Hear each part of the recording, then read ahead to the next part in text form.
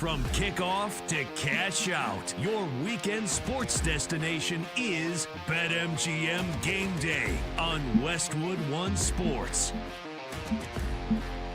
All right, here we go on another great Saturday. It is BetMGM Game Day for the next 5 hours here on Westwood One Sports. Of course, live on Odyssey as well, the Odyssey Sports app over on SiriusXM channel 375. And we are streaming on YouTube and Twitch as well. You can watch the show there. Just search BetMGM tonight. Alex Gold with you. Austin is out today. I got my guy PJ Glasser, though, filling in. You and I have done some shows in the past. It's been a little bit, man. Good to see you. And we got some soccer I know we're going to start with, but also I know you stay locked into the college basketball stuff, and we got some college players that are going to end up being superstars here pretty soon in a loaded NBA draft that wrapped up earlier in the week. So I know we'll get to that a little bit later on, but what's going on with you? What's new? Yeah, good to see you, Alex.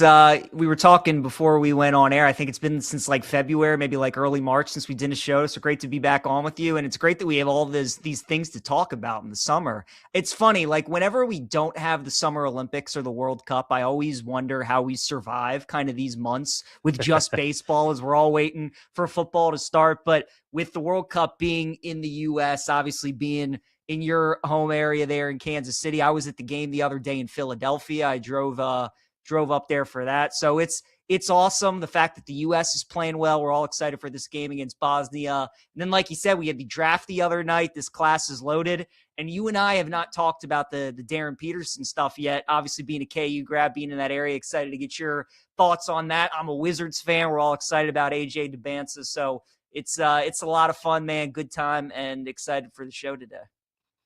Yeah, look, I'm glad to hear that you went to a World Cup match as well. I mean, these are bucket list type events. I don't claim to be some diehard soccer fan, but if there's anybody watching or listening out there that is on the fence of trying to get to maybe one of the group stage games today, or you're on the fence about getting to one of the knockout stage games next week, and you're able to financially go, because I understand tickets are not cheap. If you're able to go, you got to. I was there Thursday night as a fan at Arrowhead when it was Netherlands and Tunisia.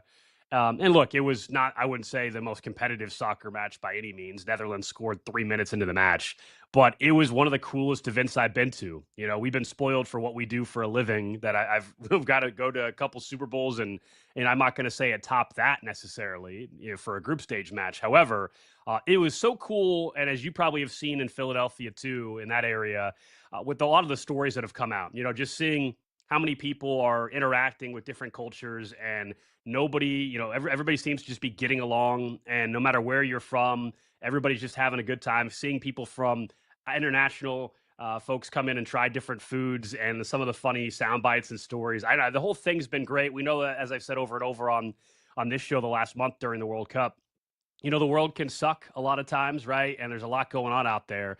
But this has been a nice reminder that there is still plenty of people that just want to have a good time and interact with each other. And it doesn't always have to go into some hardcore argument about people's beliefs or anything like that, that people can just interact wherever you're from. And that's what was really cool. Everybody's just in a good mood. You know, sometimes people are upset that you know, somebody's sitting in the wrong seat or the concession line's taking too long, right? Basic stuff like that we sometimes probably as Americans are impatient.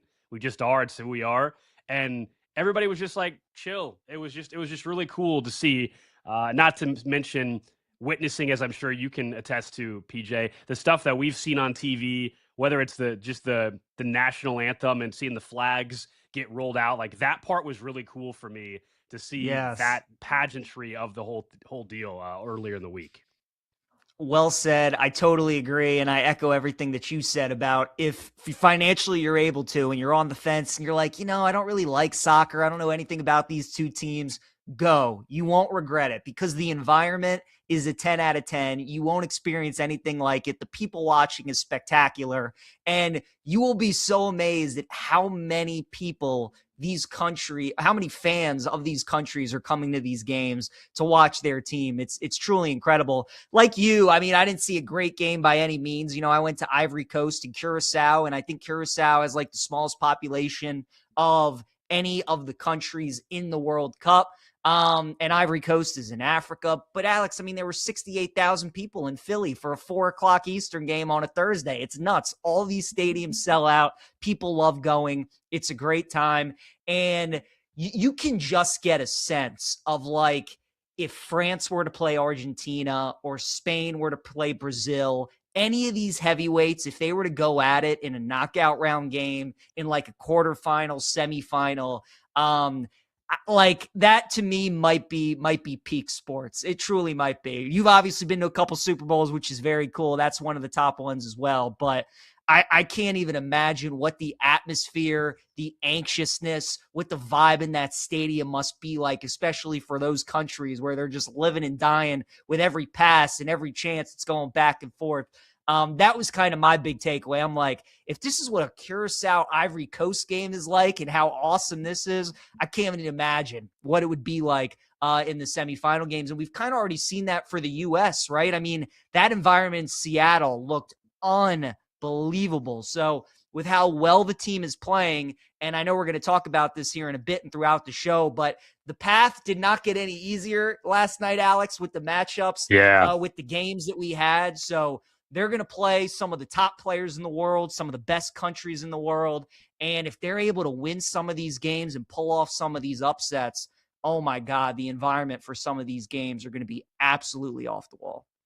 Yeah, the watch parties have already been pretty cool to see across the country for the U.S. And imagine now when the stakes are as high as they get in terms of, knockout round and elimination. Coming up in about 15 minutes, we'll be joined by Glenn Davis. He actually has been calling games during the World Cup for the global feed. He's based in Houston, hosts a soccer show down there. I believe this is his 8th World Cup that he is now calling. And so we'll get Glenn's thoughts on the U.S. path, of course, and also just some of the controversy last night as well. If you stayed up late enough with the Egypt and Iran game, some controversy around the offsides call there, although it turns out now that people have done a little more research, they're like, no, it actually was the correct call. But we'll get into all that. But let's start with the U.S., man. And you're right, the path did get more difficult because of what happened late last night in that Egypt-Iran game. And so we know the U.S., and we knew this before last night, but we know the U.S. is going to take on Bosnia on Wednesday night, 8 o'clock Eastern time kickoff.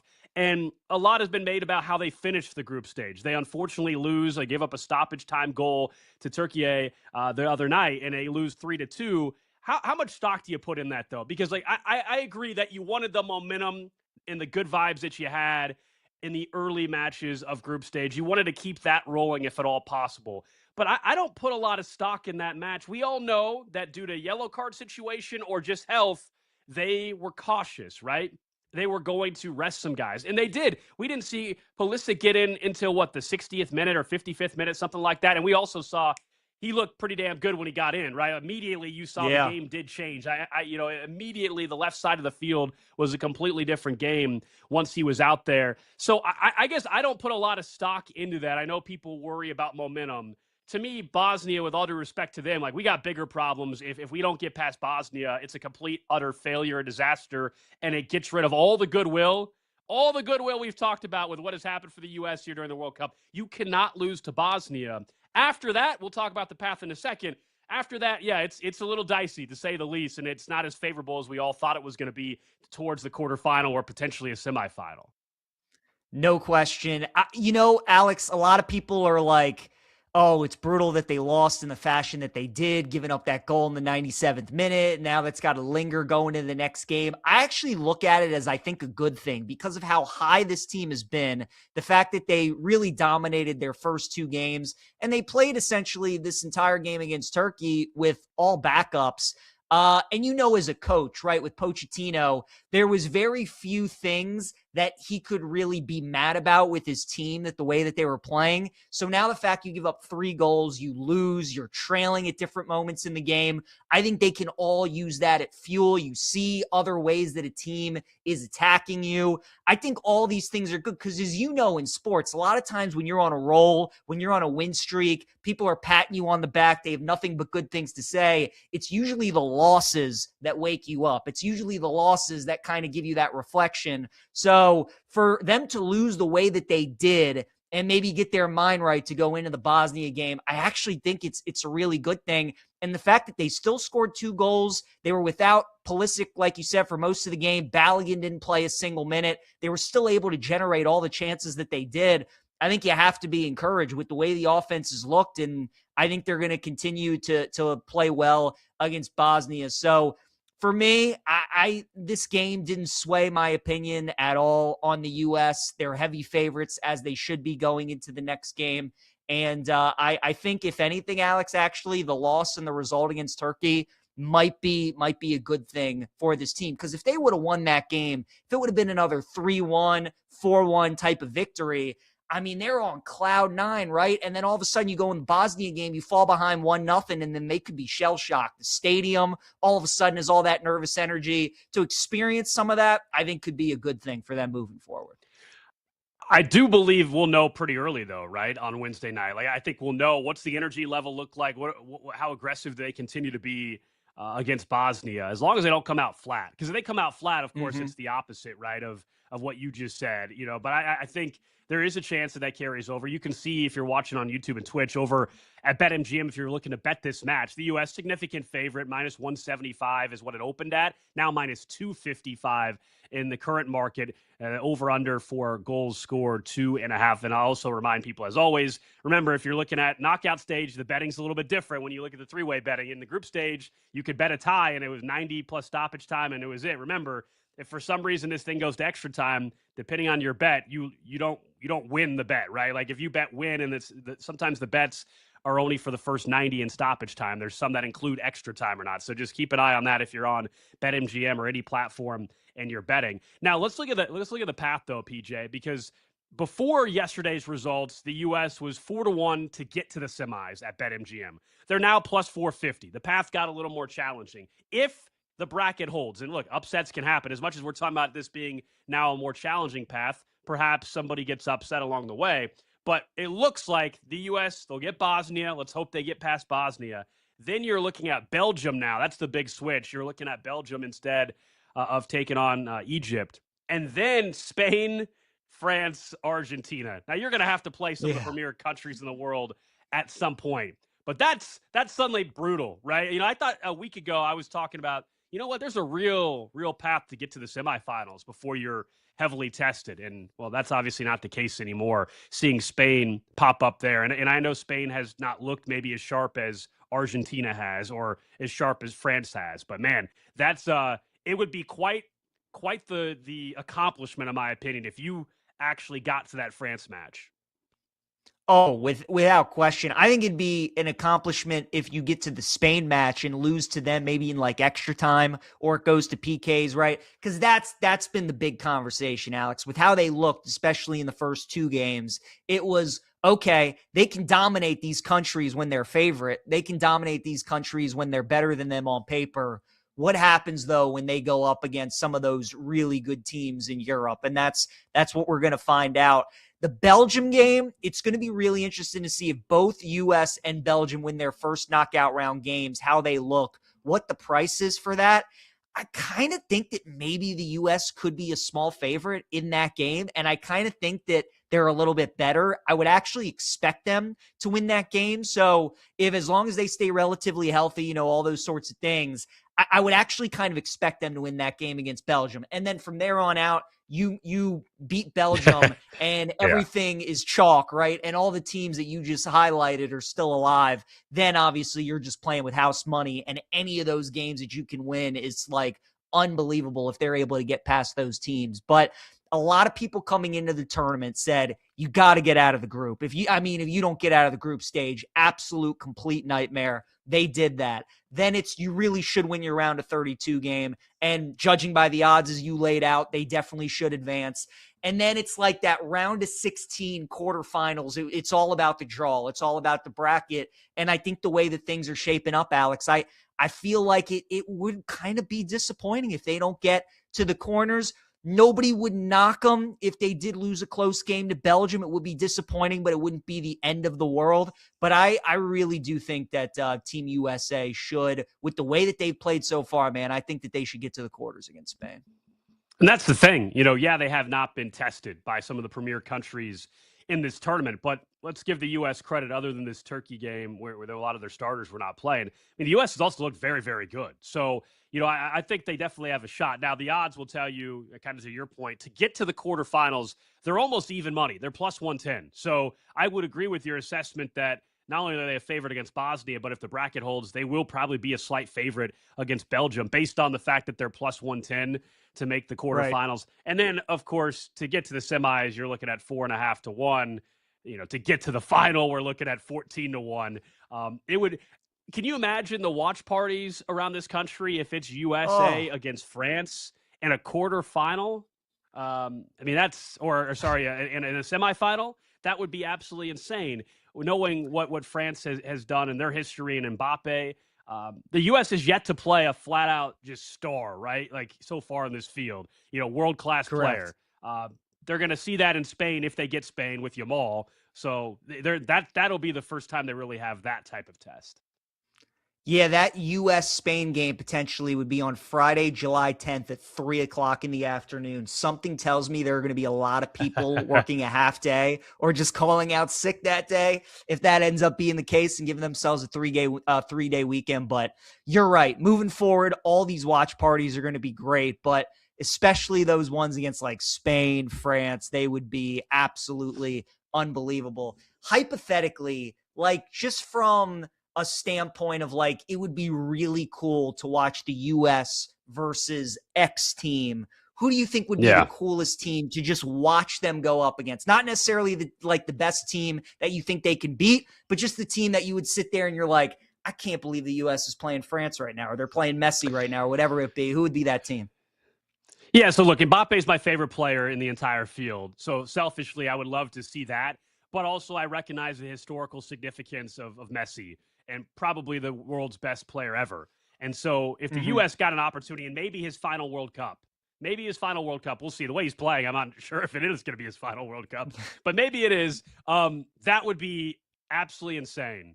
And knowing what the atmosphere was like in Kansas City when Argentina was just playing Algeria and when Messi had his first ever hat trick in the World Cup, and knowing the reaction to that, if the U.S. got that opportunity, it would be sensational. The problem is, as you pointed out with the bracket, I mean, the path is only going to happen with that if the U.S. is in a final. So I don't know how realistic it is. But Mbappe, to me, is the most fun player to watch in the world. So I'll go with France, I guess.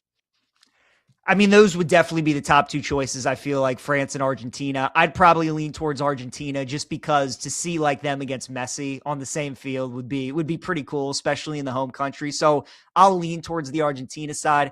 Alex, I mean, it's cool though, because in just about every World Cup in years past, you would look at a draw like this and you'd be like, okay, we can probably beat Bosnia, but like, we would have no chance against some of these other teams. Now it's like, it's just exciting with the way that they're playing is like, we don't know what they're going to do against these other teams. We figured they'll probably lose to Spain, but Cape Verde tied Spain. So clearly you can have success against them.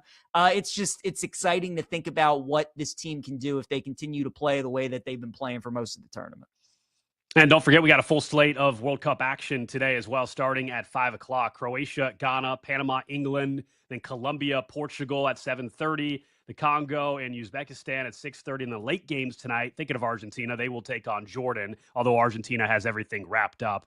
And then Algeria and Austria, the last game, that's actually one that's going to take place about 30 minutes for me. And it's one where people have been making a case for, Algeria, Austria, nobody wants to win that particular match based off of what it means for the draw. We can ask Glenn Davis maybe about that. Coming up next, Glenn Davis, he has called 8 World Cups. He actually was on the World Feed calling the Cape Verde, Saudi Arabia game last night. We'll get his perspective on the U.S. men's national team path to perhaps a quarterfinal or a semifinal and what we should expect against Bosnia. We'll do that all next year on Westwood One Sports.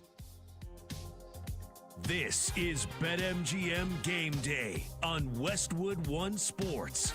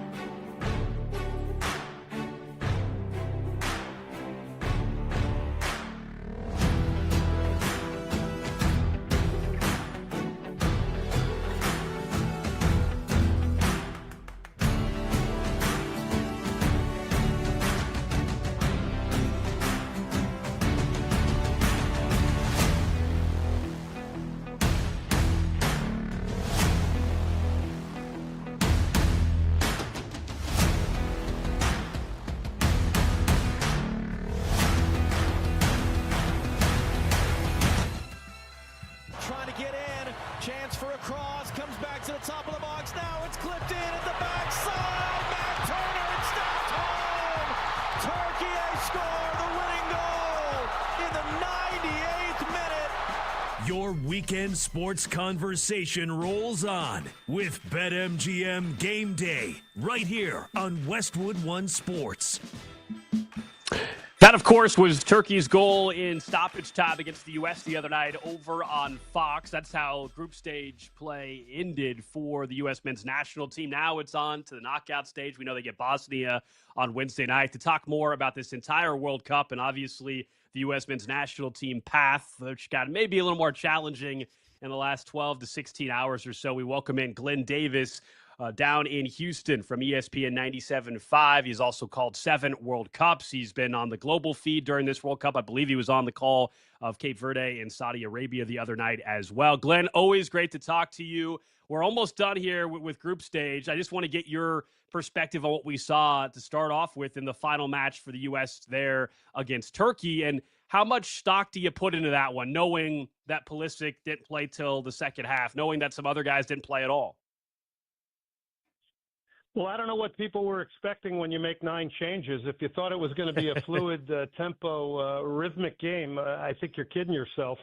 9 changes is a lot of changes to make. If you're a substitute who's hoping to get more minutes in a World Cup, you're hoping to come into a game where you're moving into an established team and you got guys that have been out there and the core team is on the field. So this was not going to be easy for anybody, including the players. This doesn't surprise me.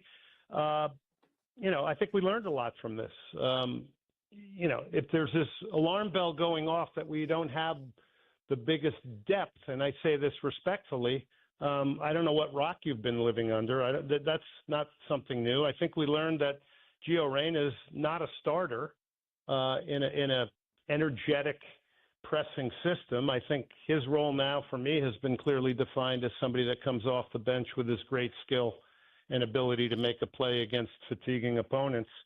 I don't know what people were expecting. Now, it is a bit of a buzzkill to give up the third goal to the best player on the field who created it, Arda Güler, who plays at Real Madrid, right? So, look, they had 8 group stage goals. They had some of this dictated in the final game by the 4 yellow cards to some of the, basically the spine of your team. So some of this, I think, had to be expected. But, hey, can't think about this. Short memory. It's Bosnia now. Yeah, 100%. Glenn, they've obviously exceeded expectations up to this point. The offense has been great. They've scored 2 goals in every game. What do you think is the best thing that Pochettino has done with this group in the first 3 games, if you had to point to maybe 1 or 2 things? Well, I think we have to think about what he did overall to put it in context. You didn't just do it now. It's been a process. I think everybody had the knives out for Mauricio Pochettino. Oh, he's not American. You have ex-coaches even saying that. And, what's he doing? What's he doing in the Gold Cup? What kind of roster is he picking? Why is he picking this guy? And this was a process. He was trying to figure out what he was getting into and figure out the pool of players. He picked a roster he wanted. He has improved the culture beyond belief. I think we're all prideful as U.S. soccer fans and people that have been a part of the system to see our players look so focused. I mean, applauding the Paraguayan anthem, just looking like guys that are there for the task at hand, and that's competition, and going as deep as they possibly can to set a new bar for U.S. soccer. And then that 45 minutes in the first game, to me, was the greatest 45 minutes I've ever seen a U.S. team play, because it was an attack-oriented way of playing the game, which we've never seen really at a World Cup. We've been going to World Cups to survive in a lot of cases, right? And we always get into the third group game, and it's, are we going to get through to the next round or not? And we do something dramatic. Landon Donovan scores, Pulisic scores, and we get through. And then we're gassed in the knockout stage. So I think the spirit, the respect I see amongst the players, I see guys that are going to work and run for each other. Not that that's anything new, but I think that needed to be rebooted. I think U.S. soccer got a little bit comfortable. And you bring in a guy from Argentina. In Argentina, they're not worried about anything except winning and playing for their flag. And he's transformed that that team into, I think, something very different now. We're talking to Glenn Davis. He's been calling for the Global Feed, the World Cup here throughout the last couple of weeks. He's called 7 World Cups, and he also hosts Soccer Matters down on ESPN 97.5 in Houston. We can get to the path for the U.S. in a second, but just tell us what we should maybe know about Bosnia coming up on Wednesday night. Yeah, so Bosnia has had kind of mixed results. They got hammered 4-1 by Switzerland. Some of those goals came late. But what you get with Bosnia is pretty clear cut. They know who they are. They're organized. They're going to sit deep. They're going to dare the U.S. to break them down. They're going to look to hit the U.S. on counters and in transition. And if the U.S. gets overcommitted or caught positionally, set pieces are a big thing. They got Dzeko, if everybody remembers him. He's an older man now, but, I mean, with a good ball delivered into the box, he can still get up and put a head on things. They're going to fight. They have nothing to lose. And, you're going to have to be really sharp defending set pieces and really sharp when the ball turns over, because you're going to have probably around 60% of the possession, 65% I would expect. But it's going to be about getting chance creation against low block defending. Glenn, what's the biggest difference to you, do you think, when we get to knockout football? Is it just the physicality ramps up? Is it the fact that teams know that they can just really park the bus, especially a team like Bosnia's big underdog, just try to get it to extra time PKs and win it that way? For a guy that has obviously covered a bunch of World Cups and knows the difference between group stage and knockout round, what do you think are some of the bigger differences once we get to this stage? Well, the big difference is consequence, right? There's no safety net now. I mean, I think that's, I was kind of indifferent about a 48-team World Cup, right? Are we zapping the sacredness of this amazing event, the greatest sporting event on the world that you have to qualify for?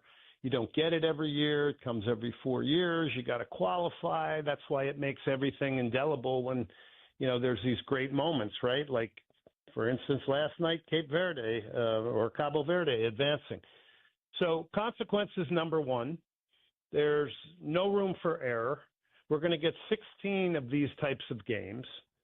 And no, I don't think the only thing is consequence. It's win or go home. And Bosnia is not changing what they're doing. And I don't think the U.S. is going to change what they're doing from the first 2 games. Bosnia knows who they are. They are a deeper defending team.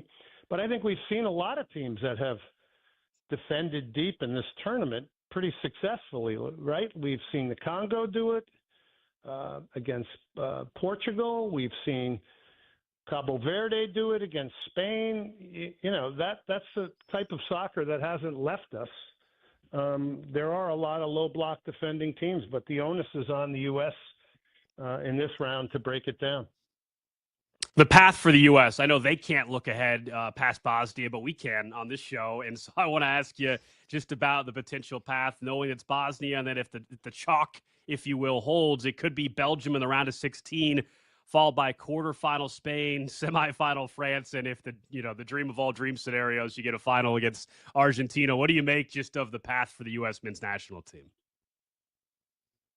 Well, the deeper you go, right, the more competitive it gets, and you start running into some of the top 10 teams in the world. I don't think there's any question. Belgium, we can compete with Belgium, but these are the games that now against top 10 teams in the world that, as the United States, you have to play your best game. You can't make any mistakes. Everything's got to fall in place for you to beat some of these teams. Now, that said, I have bigger hopes like we all do.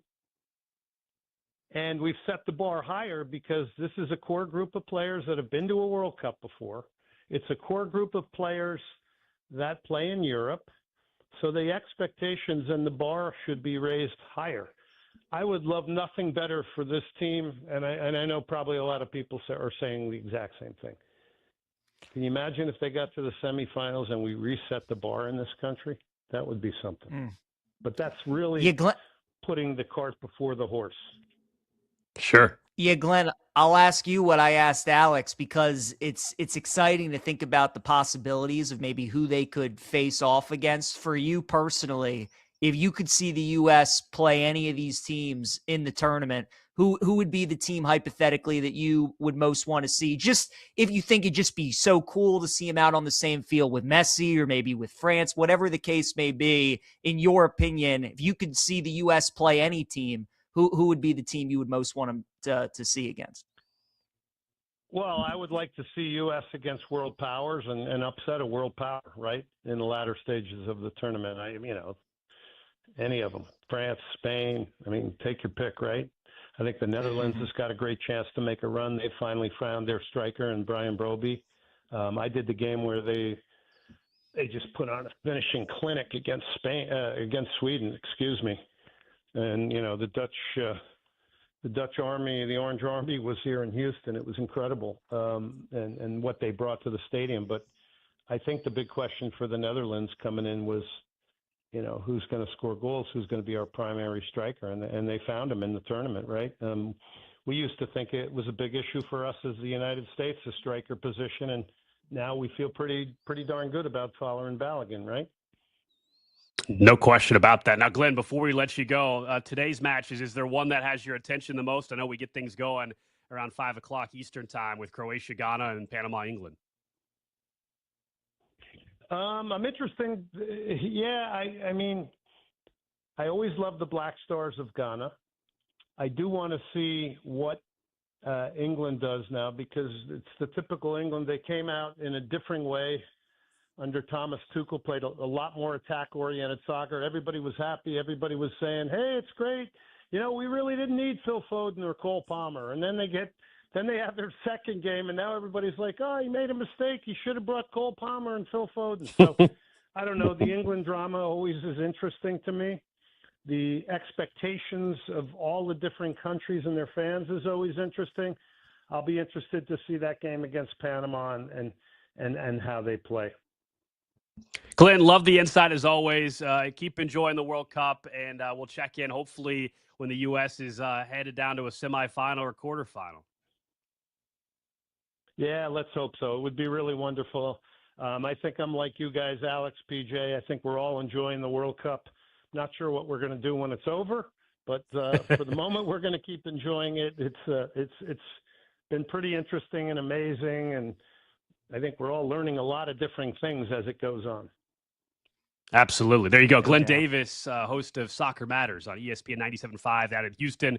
He's been calling games during this World Cup for the global feed, and I believe this is World Cup number 8. He's called 7. I believe this is his 8th World Cup that he's been calling, and terrific soccer knowledge and insight, and great passion for the game. I've known him for a couple years, going back to my time in Houston, and one of the great soccer minds that we have, and certainly able to give us some insight today on the show. Don't forget, this segment is sponsored by Progressive Commercial Insurance, protecting small businesses with affordable coverage options. Get a quote today at progressivecommercial.com. All right, coming up next, let's get to the list. PJ and I maybe have a new item or two to add, something that's been bugging us, sports, non-sports. We'll revisit what we added a couple weeks ago as well. That's coming up right here on Westwood One Sports. This is BetMGM Game Day on Westwood One Sports.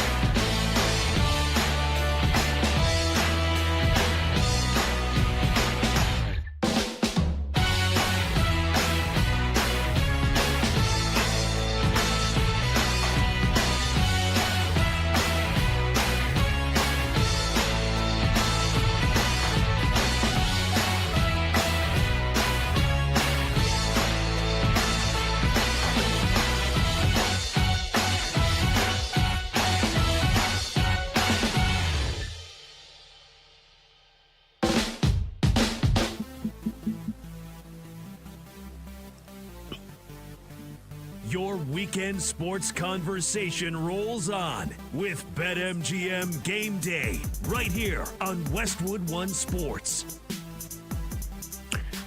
Over at BetMGM, when the U.S. scores, you score too. Win a share of $500,000 in bonus bets for every U.S. goal. All you have to do is place a $5 or more pre-match bet on any World's Game match in which the U.S. is playing and apply your Goal Rush token.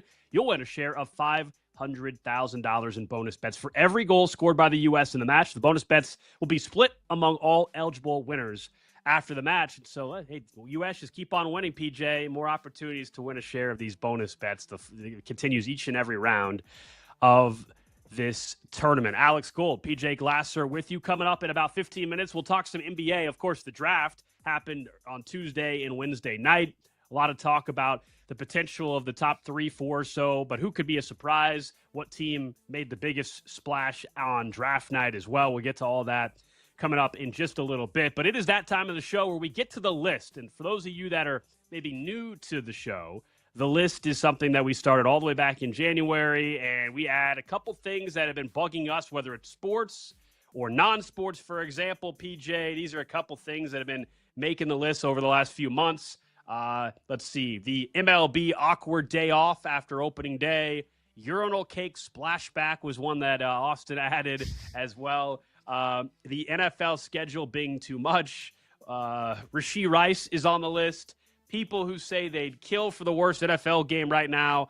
And then one that I definitely did not agree with from Austin, and I acknowledge we submitted it, and it's under protest for me. And that is people who wear band merchandise to the band's concert. I don't think there's a problem wearing the band T-shirt to a concert of the same band. Austin did not like that.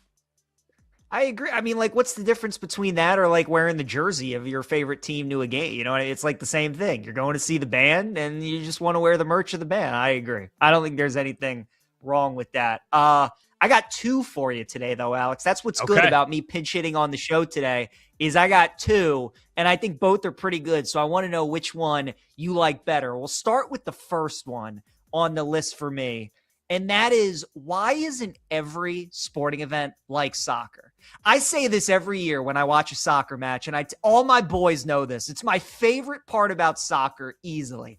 Alex, when they say the game is kicking off at 4 o'clock, that SOB kicks off at 4 o'clock. And I absolutely love it. We all know NBA Finals. Oh, Knicks Spurs tip-offs at 7. No, it's not. Tip-offs at like 7:47. Oh, Alabama, Georgia, college football, Saturday night. Kickoffs at 6. No, kickoffs actually at like 6:52. All of us know we deal with this constantly in all these other sports. It's the worst. I love soccer, man. Every game, when they say it's kicking off at 4, it kicks off at 4. Kickoffs at 7, they kick that thing off at 7. And as you know, being to one of these games, they even have a countdown clock, 10 seconds to let you know, get the fans into it, 10, 9. It's the best. I absolutely love it. I know when I'm going to a soccer event, when the game is starting and when it's kicking off. And I wish all other sports would be like soccer in that sense. So that is number 1. The second one, so that's my first one, and I want to get your thoughts on the second one as well. FIFA has clearly shown us all here in the States and in the NFL, every stadium could have a grass field. And it has looked unbelievable, Alex. Look at all these stadiums. We were just talking with Glenn, who's out there in Houston. NRG Stadium, I think, has looked beautiful with this grass field. Obviously, MetLife, we all know as NFL fans. I mean, that place is like the ultimate talking point for ACLs and why turf is terrible. All the players want grass fields. It's good for their bodies. It would be a better product. Goodell in the NFL time and time again, no, we can't do it. Well, clearly, you have shown, I mean, FIFA has clearly gotten these stadiums to do it. So it's like, if you're MetLife, if you're Jerry World in Dallas, all these places that have turf, like you already have that grass installed. Why are we going to completely tear that out and bring back in the turf? I think all of these stadiums have looked so crisp. They've looked so clean with this grass. And FIFA, Alex, has shown the NFL clearly you can do it. You just choose not to. And I think it would just make a better product. So those are my 2 things. I wish every sport could be like soccer, that when they say the game's kicking off at a time, it kicks off at that time. And then I wish that the NFL, now that FIFA has shown us the ability, all these NFL fields can be played on grass. I wish the NFL would do the same. So what are your thoughts to those two? Two great additions. Let's start with the second one, though. Stadiums without grass fields. I'm sure you saw the comment from George Kittle this week. You know, he was pretty outspoken about this as well, tied in for the San Francisco 49ers, acknowledging what you did, which is, of course, it's an owner decision. And we know that these owners in these stadiums, they want to have the concert the night after a game or the night before a game. They want to have these other events that are easier to transition to when it's not a real grass surface, right? That's a big reason why the owners don't have grass surfaces. And I get it. The grass for the soccer matches is different than the NFL grass, and like even the grade, not to get too nerdy with it, but like FIFA fields are completely flat, PJ. NFL fields, anybody that's ever been on a sideline, you actually know, it doesn't look like it from TV, but the field does kind of slope. Like it's not completely flat, an NFL field. So it's the grading is a little bit different. But yeah, it's out of being greedy with the concerts and everything. That's why these leagues, the NFL doesn't do it. But I'll tell you this, it's gotten to a point where I don't think any NFL owner that doesn't currently have grass is just going to switch to it unless it becomes an actual CBA thing, where in the next collective bargaining agreement with all the other issues the NFL players might want to fight for, whether we're talking about an extra bye week or not expanding the schedule, etc., they would probably have to get it in writing in the CBA that would require NFL owners to have a natural grass playing surface. And I just don't think is that the fight the players really want to have? You're right that there's evidence, at least at MetLife, that's been an ACL factory, unfortunately. But I don't know, man. You know, I'd have to go back through and see in any of these new stadiums that are being built, how many of them have natural grass? Some of them have the retractable grass, right, where they can wheel the grass out, grow it outside, put it back in. Arizona has that. I think Vegas has that, if I'm not mistaken. You know, any of these new dome stadiums that they're building likely are going to have either the retractable grass or they're just going to go with that artificial turf. It's fair. I think it looks so clean, Alex. It looks so good. Like I'm telling you, Houston, I just like can't get over. It's so cool to see these stadiums in the summertime when we're so used to the NFL and watching them in the fall and the winter. But Houston, I think, looks good. Philly looks, all these stadiums look great. You do bring up a good point, and I agree with you that if they do make this change, it's got to probably be part of a CBA. They got to get it into writing. There's just no way the owners are going to agree to it. It's just funny how FIFA has come in. Obviously, their demands are we have to play on grass. And naturally, all these stadiums, the U.S., they oblige and they get it done. When for years, you know, Goodell, the NFL, said, no, we can't. So it's just funny that they've shown the ability they can do it, especially in a pretty short turnaround. So you're right. I'll be interested to see maybe in the next negotiations, conversations that they had, if maybe the players start to push for that sort of thing. We've learned on this show already in the first hour of PJ filling in for Austin. PJ, a big fan of grass. He definitely gets excited talking grass here on the show. That's the list, man. That's the list here on Westwood One Sports. I agree with your first one. There's not much to add to it, but absolutely. Start games when you say you're going to start games, please. I love it. We've got accustomed as U.S. Sports fans that we just know that if the NBA says the finals game is tipping off at 7:30, we know it's like 7:50 or 8 o'clock. We've gotten so used to it. Last week I added the hydration breaks, though. I don't know if those have bugged you, but at the stadium I was at on Thursday, everybody booed during every hydration break, which is great. I love it. It is. I'm with you, man. Like that's a good one too. They've played soccer all these years with no hydration, and that's part of it. It's the fitness. It's the fact that there's no stopping of the clock in each of the 45-minute halves. You're supposed to be fit running around. I mean, the fact they give them these hydration breaks, it's like, we know you're just selling ads. You're trying to make room for commercials. So from when it's like, that's really the driving force behind it, it's very annoying. But yeah, that was another good one. I actually didn't consider that, but I'm glad you guys added that to the list. And it's funny that all these stadiums around the country are all booing the hydration breaks. I love it. Yeah, I guess as sports fans, like, we're used to quarters. It's just soccer fans, we're not, you know, and we know for a fact that they're doing it strictly for added revenue. Somebody did a breakdown on the money, and it's like now we're never going to have a World Cup again without the hydration breaks. Like we'll never have, like, too much money was made from it. There's no going back. You cannot put the toothpaste back in the tube when it comes to the hydration breaks. But I guess we'll get used to it over time and realize that they're always trying to find a way to make a little bit more money. All right, coming up next, let's talk NBA draft, though. That wrapped up earlier in the week. We all know AJ went number 1 overall, but who's the biggest winner? We'll look at some early Rookie of the Year odds as well right here on Westwood One Sports.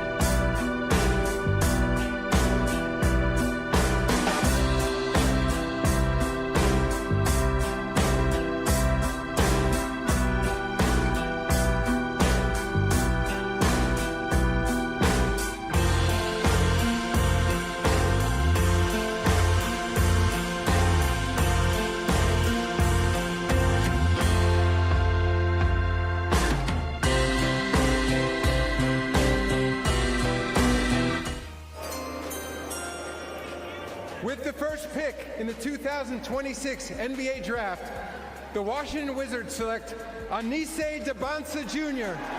from Brigham Young University. With the second pick in the 2026 NBA Draft, the Utah Jazz select Darren Peterson from the University of Kansas. Your weekend sports conversation rolls on with BetMGM Game Day right here on Westwood One Sports.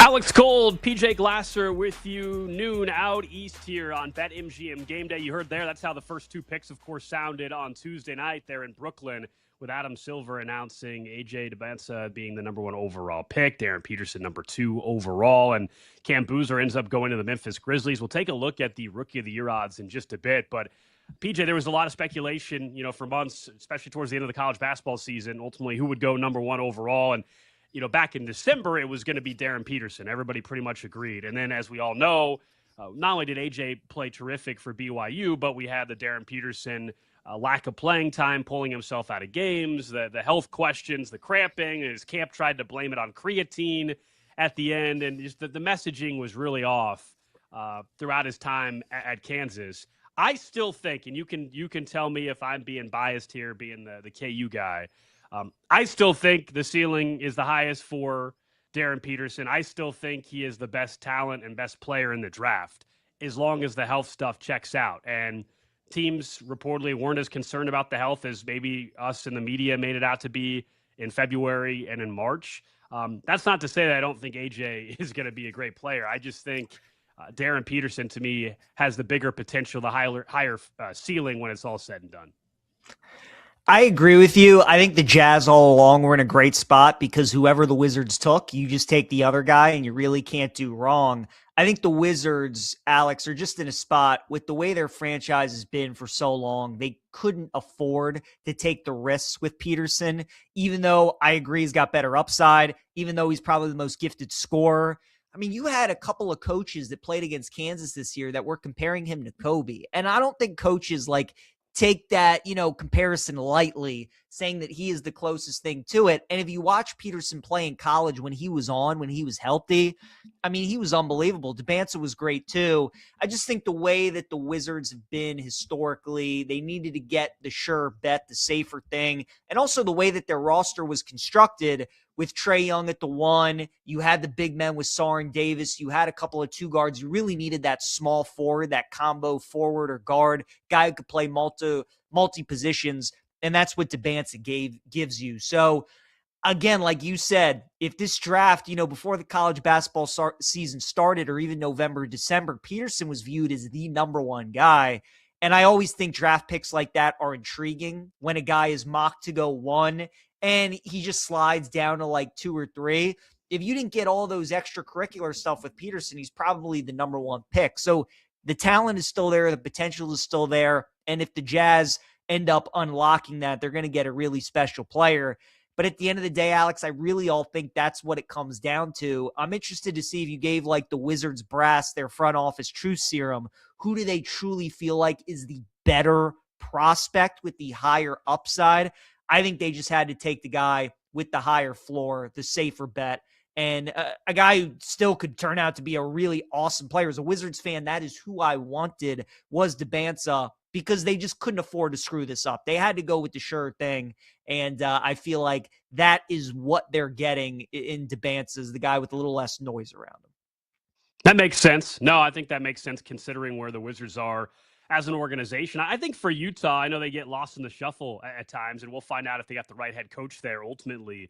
But that's a team that, is going to push for a playoff spot. The challenge for them is they're in the West, right? And so they can push for a playoff spot, but we all just saw what the Thunder, we know that the Spurs were just in the finals and what they were capable of doing this year, and they came up short to say the least. But Wemby's not going anywhere, and Stephon Castle's not going anywhere. We know the Thunder aren't just falling off a cliff just because they lost in the Western Conference Finals. Oh, yeah, you still have the Nuggets. It's just a really tough task for the Utah Jazz out west. But I actually think there's plenty of talent there for Darren Peterson to blend in. He's not going to have to deal with the same scrutiny as being the number 2 overall pick in Utah as he would if he was in New York or LA, or maybe even in the nation's capital. I don't know. You know that market better than I do. That's not to say that people won't be if he all of a sudden is not playing in games and stuff like that. That'll be a problem. It'll become a huge story. But I think it's a really good landing spot for Darren Peterson individually, though, to take some of the pressure off. Versus going somewhere else and being viewed as like the savior of the franchise, or like Memphis. We'll talk about Carlos Boozer in a second. Carlos Boozer's, by the time they eventually probably move on from Ja Morant, Carlos Boozer's the favorite to win Rookie of the Year because he's going to have to do everything. He's going to get plenty of opportunity to just go and score. No question. Quick point on the Jazz. I agree with you. Their starting five is really coming around, and then you bring Ace Bailey off the bench. So you have a nice little six-man rotation there. Keontae George averaged 20 a game last year. Markkanen's a good scorer. Jaren Jackson Jr. is still a really good player. Walker Kessler's a 7-footer. And then if Peterson turns out to be the scorer that we all think he can be if he stays healthy, Utah's got something. Like you said, the depth in the West is just the brutal thing for the Jazz to compete with. Cameron Boozer is so intriguing to me, Alex, because there's a lot of people that feels like he is actually the safest player in the draft. I think it's Debansa, but there are a lot of people that just feel like Cam Boozer, like there's no true weakness in his game. He's just kind of steady and consistent everywhere. He's got that winning DNA to him as well. Cameron Boozer, to me, though, he kind of almost gives me the vibe where he's just a way better, like Tyler Hansborough translating to the NBA game, or like a Drew Timme. These guys that were so dominant in college because of how fundamentally sound they were, how much bigger they were than everybody else. Like Boozer's a good defender. He's a good passer. He's got good handle. He's got a good outside shot that he needs to work on. But I watched Cameron Boozer play 4 times in college this year, and he never just struck me as a guy where I'm like, he's going to be a great pro. I kind of got the vibe that he was just kind of bigger than everybody else. He got so much of his production in the paint doing dirty work, where when you're constantly going up against 7-footers every night in the NBA, I don't know if you can necessarily dominate that way. If he's able to really develop his game and dominate a little bit more on the perimeter, and again, develop that outside shot, I think he could be a really good player. You're right. That's the reason he is favored to win Rookie of the Year, is because of how consistent he is, and because on Memphis, he's going to have to do everything. But there's just no chance I'm betting on him as a favorite. If he was, 5-1 range, 6-1 range, sure. But at like plus 250 as the favorite, I don't agree with that. I can understand why he's the favorite, but me personally, I would not bet on him. Yeah, plus 250, you're going to wait 6 months to cash out a plus 250 ticket as well. I think that's probably part of it on top of all of that. We can keep going through the top 5 and the top 10 in a second, but you brought up Rookie of the Year odds, so let's go in that direction for a second, and then I want to talk about Keaton Wagler. I think it's a great pick there at 5 for the Clippers. Remember, that was the Pacers pick that backfired on them, unfortunately, via the draft lottery and everything. But looking at the rest of the odds over at BetMGM, Cam Boozer, plus 250, as you said. Debansa, 4-1. Darren Peterson, also 4-1. Acuff, 4.5-1. Caleb Wilson goes to the Bulls. We all know that at 4. He is 6-1. And yeah, there's some guys further down the board. Is there any of those names there that intrigue you a bit more based off of what you were saying odds-wise for Cam Boozer? I love Acuff, Alex. I really do. I love the price. I love the situation.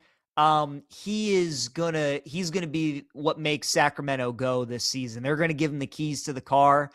The track record with Calipari and all these great college guards he's had. I mean, Derrick Rose turned out to be pretty good. John Wall turned out to be pretty good. SGA, Devin Booker. You can go down the list. Cal's track record's been great with a lot of these high-profile guards he's had in college. I think Acuff is the next one. I was really, if I was an NBA GM, I would not have taken Wagler and Michael Brown over him. The fact that Sacramento got him at 7, I think is great value for him. And all the things that we were saying about Cameron Boozer at 3 with Memphis and how he's going to have to do everything, I think Acuff's in a similar situation. And just look at this past year with how that market fell into place, where you had Cooper Flagg versus Con Knippel. Both had great seasons. Charlotte was a surprise. A big part of that was Knippel, but they ended up giving it to Cooper Flagg because of the numbers. So I think Acuff could be in a similar situation where if maybe one of these guys leads their team to a surprising season, it doesn't carry as much weight as you think over a guy like Acuff, who could have a massive year from a stat perspective. So he would be my pick. And as we get closer to the NBA season, I'll definitely throw a little bit on him to win Rookie of the Year. My only hesitation on Acuff, I hear you, and maybe it doesn't matter for Rookie of the Year as much, is the reason why I get why he fell a couple more spots and some of these other guys were taken ahead of him. The defense is a big concern. You and I both watched a lot of college basketball. He was unbelievable in the SEC tournament, but there were some times where certainly when he was going up against some high-level scores, defensively, people were dribbling right past him. And so I just wonder how can he improve defensively. I'm not saying he can't, but that would be my only hesitation with him. Now, I guess that won't matter for Rookie of the Year, right? Nobody's really looking at someone's defense for Rookie of the Year odds, but just in terms of why maybe he fell a few spots behind a Wagler, for example. And look, Wagler's 25-1 at BetMGM to win Rookie of the Year, and he's 25-1 for a reason, but I think it's worth a flyer at least. His story is unbelievable. Just kind of came out of nowhere.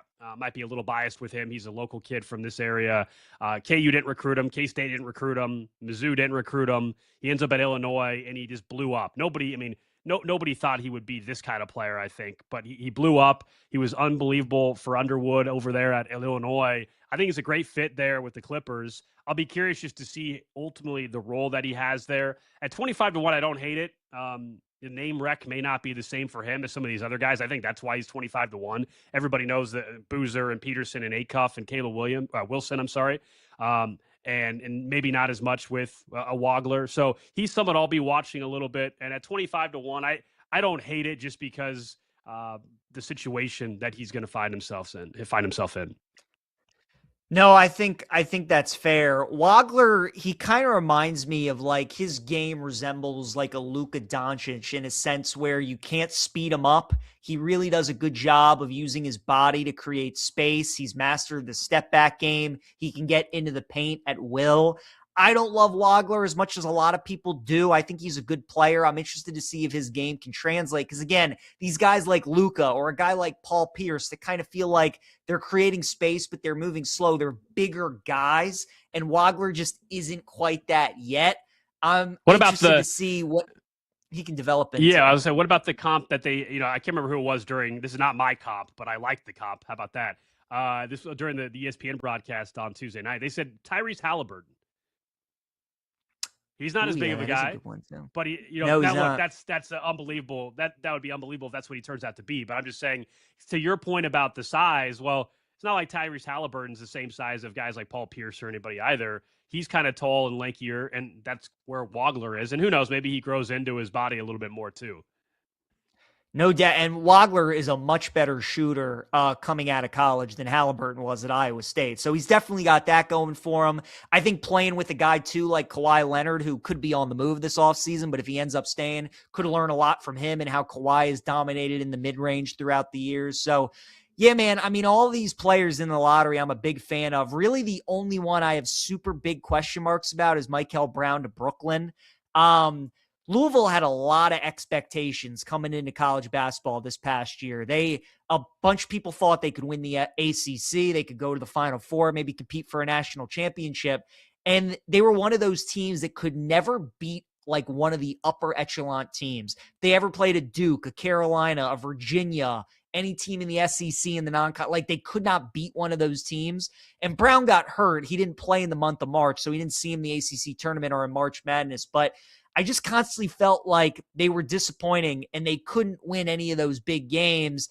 And while he had some, spectacular individual moments and really good games, he just wasn't quite as consistent as a lot of the other guards that were drafted in the lottery.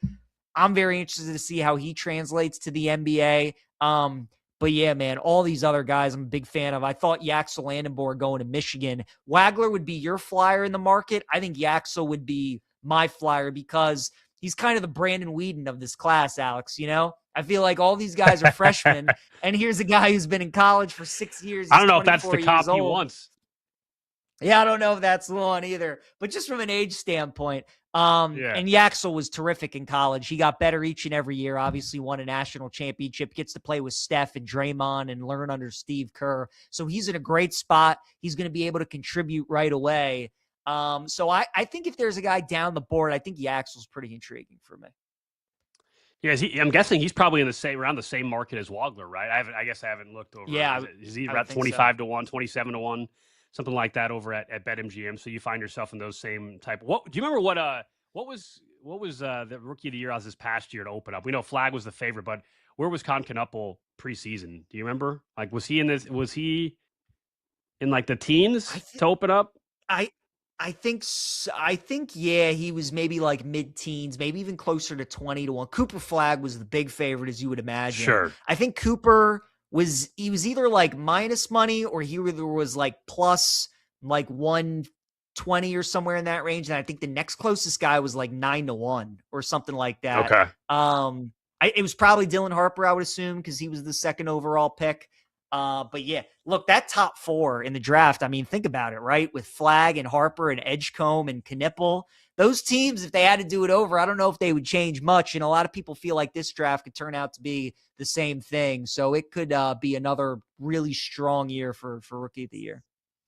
By the way, Yaxel 20-1. Yaxel 20-1 over at BetMGM to win Rookie of the Year. All right, up next, of course, it was the draft, but we also had movement with one of the league's biggest stars. Giannis Antetokounmpo heads down to Miami. Let's talk more about that trade. Does it make a big enough difference for the Miami Heat in the Eastern Conference? And what does it set up in the future for the Bucks and the fallout now with Boston and Jaylen Brown? All that coming up next here on BetMGM Game Day. BetMGM Game Day. The action starts here. Westwood One Sports.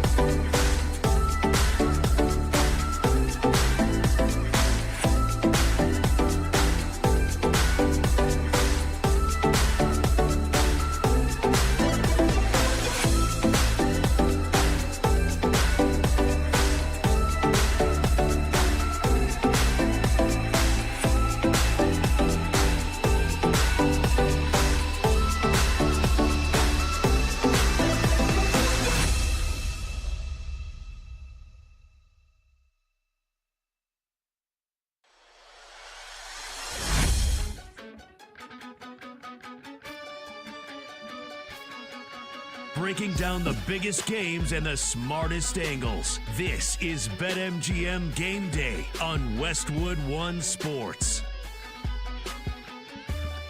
And this segment is sponsored by Progressive Commercial Insurance, protecting your business vehicles 24/7.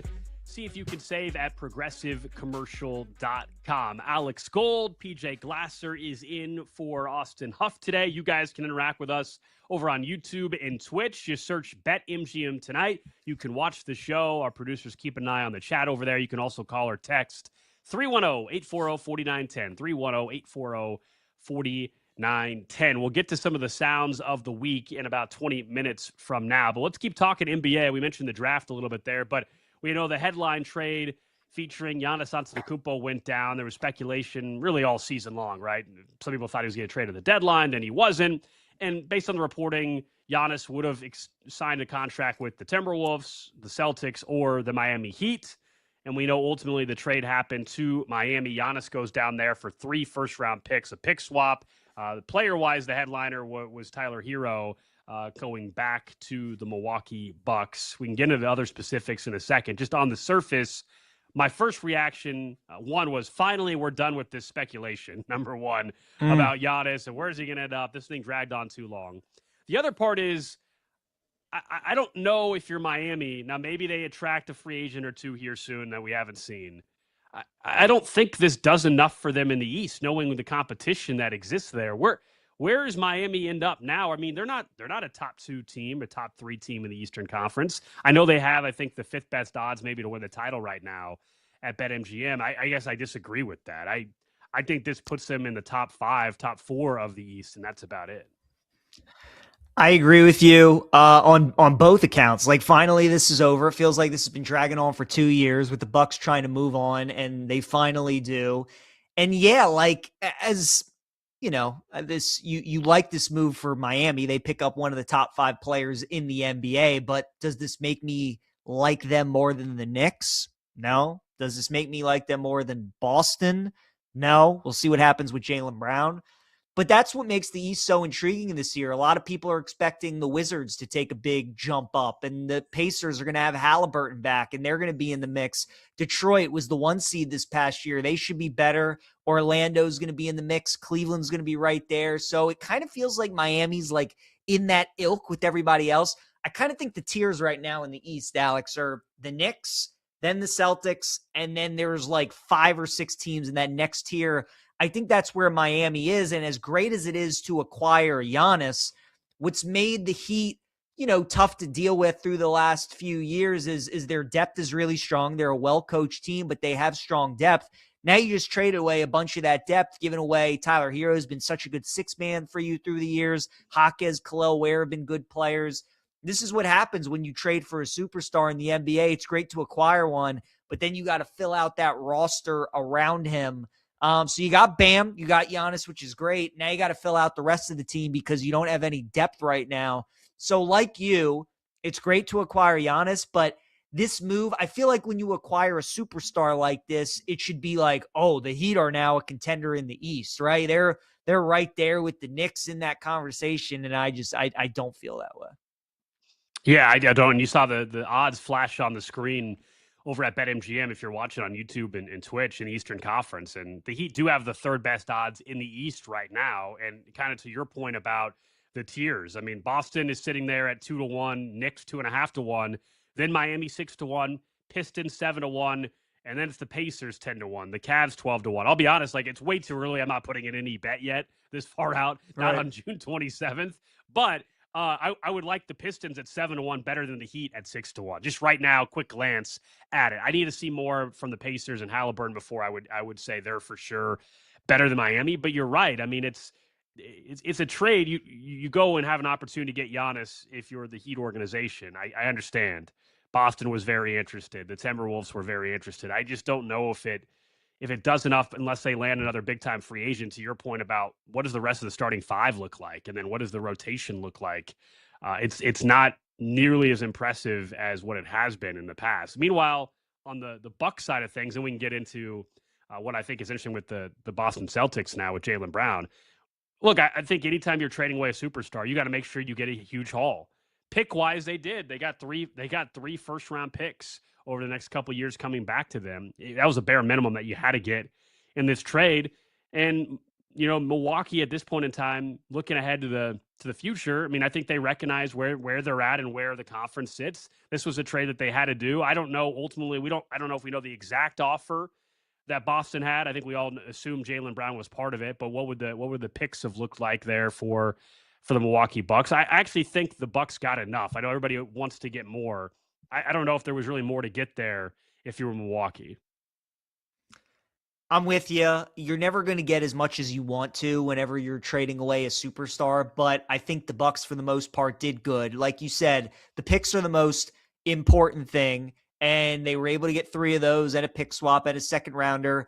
You do get Tyler Hero, who's definitely not as good of a player as Jaylen Brown is, but Hero is a Milwaukee guy, and I think a lot of the fear that the Bucks had were if they made the deal with Boston, Brown wasn't going to want to stick around long term. You get a guy like Hero who's from the area, good chance he's going to want to be there long term. Jaquez, probably same thing in Khalil Ware. So what I like it for the Bucks is you get the draft capital, but you also get players in the trade that probably will be there for the long haul, which is always a tough thing whenever you have a superstar caliber player in a small market. But yeah, the Bucks, they're probably like a year or so late on this with Giannis. They were able to still get good value, but they probably, to get his max peak value, they probably should have traded him away probably a year and a half ago. But ultimately, I think Milwaukee did good. And Alex, ultimately, how we'll grade this trade, and how we grade a lot of these trades with any of these star players, it's all going to be about what they do with those draft picks, right? It's all going to be about what they're able to acquire. And they got Braden Burries and Nate Ament in this year's draft at 10 and 13. I like both of those picks. I think both of those guys could turn out to be solid players. But that's really what it's about. Anytime you're going for a player of Giannis's caliber, you're going to get a lot back. Are you able to make the most of that? It's not going to be like where you get an Oklahoma City and Los Angeles Clippers trade where the Clippers acquired Paul George. They get all those draft picks and they got SGA on top of it. Like that's never going to happen. But yeah, ultimately, I think if you're a Bucks fan, it's done. Giannis has moved on. You got some decent players in return. You got some draft picks, and you just got to hope that your front office with all these multiple picks these next couple of years are able to hit on a couple of these players. And then you got Boston, part of this whole deal too. We know they were heavily involved in trading for Giannis, and Jaylen Brown, for the second time in the last couple of years, knew that they wanted to include him in a trade. You go back to the Kevin Durant situation. He would have been the trade piece. Now for Giannis, he would have been the trade piece. He's also a guy that finished in MVP voting. He's even better positioned in the league than he was back when he was named in the Kevin Durant trade. I was actually surprised we didn't see a trade go down on draft night, if you want to know the truth. If you're Jaylen Brown, don't you want out of Boston? Don't you have to get out at this point in time? Twice this organization was willing to move on from you. I don't know how you keep that together. Not to mention the Celtics, when Jason Tatum wasn't on the floor this year, they were actually better when it was just Jaylen Brown. Mm-hmm. I agree with you. We've been doing... we were just talking about how this Giannis thing is finally over. It feels like the Celtics have been shopping Jaylen Brown for years and maybe trying to split up that pair. It does feel different, though, this year because of the season that Brown just had, what his trade value probably is in the market. And like you said, the fact that this past week, it feels like Brown's name was thrown out there 2 or 3 times. All of the top reporters in the NBA saying this thing has some serious steam behind it, like Boston is seriously fielding offers. It's tough, man. I think that I agree with you. I think that they do have to move him, and I think ultimately he does get dealt. It's all about what's going to be the trade partner that you find. I was doing BetMGM tonight, Alex, with Pat Boyle last night, and we were throwing out a couple teams. He had brought up Portland, and I think Portland is very interesting because you have Denny Advia there. Now you bring in Jaylen Brown, and maybe that's your core with those two guys moving forward. The team that I threw out for Jaylen Brown, which I think could be intriguing, is what if San Antonio decides to make a move centered around Stephon Castle? And look, they just made the finals. You have all these young players with Harper, Castle, and Wemby.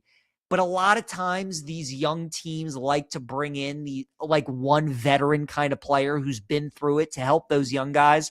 They thought it would be Fox. That obviously didn't work out. So what if you do a trade with Boston to give up Castle and Fox for Brown, something centered around that, and you make a deal? I kind of think San Antonio could be an intriguing place maybe for Brown to end up as well.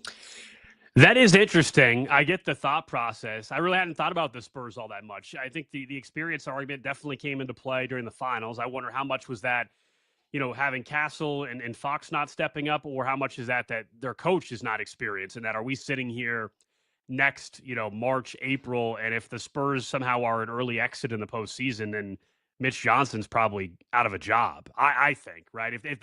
If they are an early postseason exit next year, I think they'll move on from their head coach. I don't know if it's enough for them to consider trading for Jaylen Brown. That's intriguing. I was looking at some odds. Now, these are offshore, but in terms of next team odds, now they still list Boston like that. He just stays there at plus 165. But Charlotte is 5-1, Cavs 7-1, Houston 8-1, Hawks 9-1, Timberwolves and Pistons 10-1. Your Spurs, I don't even see them on the list. You could get some great odds if that trade actually happened. I don't even see them on the board.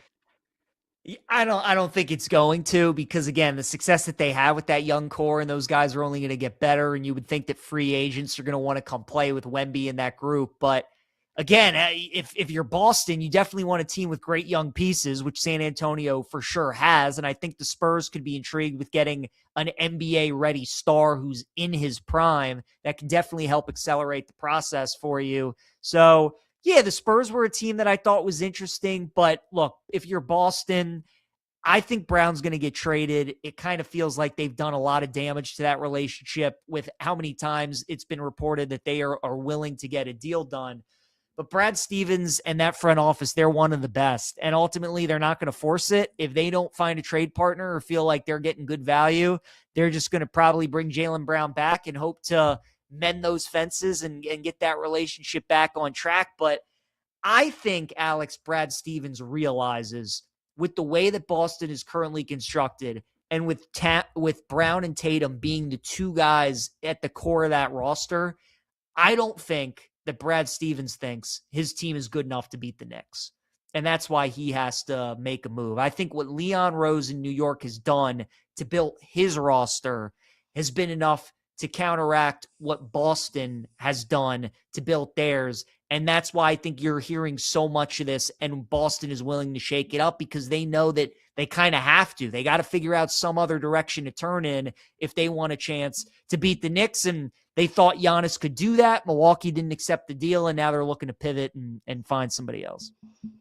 A lot of fallout with Giannis heading to the Miami Heat. We could have a lot more action in the next couple of weeks. Of course, still trying to figure out what happens with LeBron James and his future. There was some reports this week suggesting that the Lakers had not actually talked to LeBron this offseason, despite a week prior to that, everybody was mentioning maybe they were close to something. So where does LeBron end up? Does he just stay out in LA? How does that play a role in any of the movement this offseason? They did sign Austin Reeves to a pretty nice contract extension, though, to keep Luka happy. You got to keep Luka happy, and the Lakers definitely did that by keeping Austin Reeves around. All right, coming up next, though, let's get to the sounds of the week, including a little shade from your own family. That's what happened to a quarterback in the NFL. We'll hear that next on BetMGM Game Day. BetMGM Game Day. The action starts here. Westwood One Sports.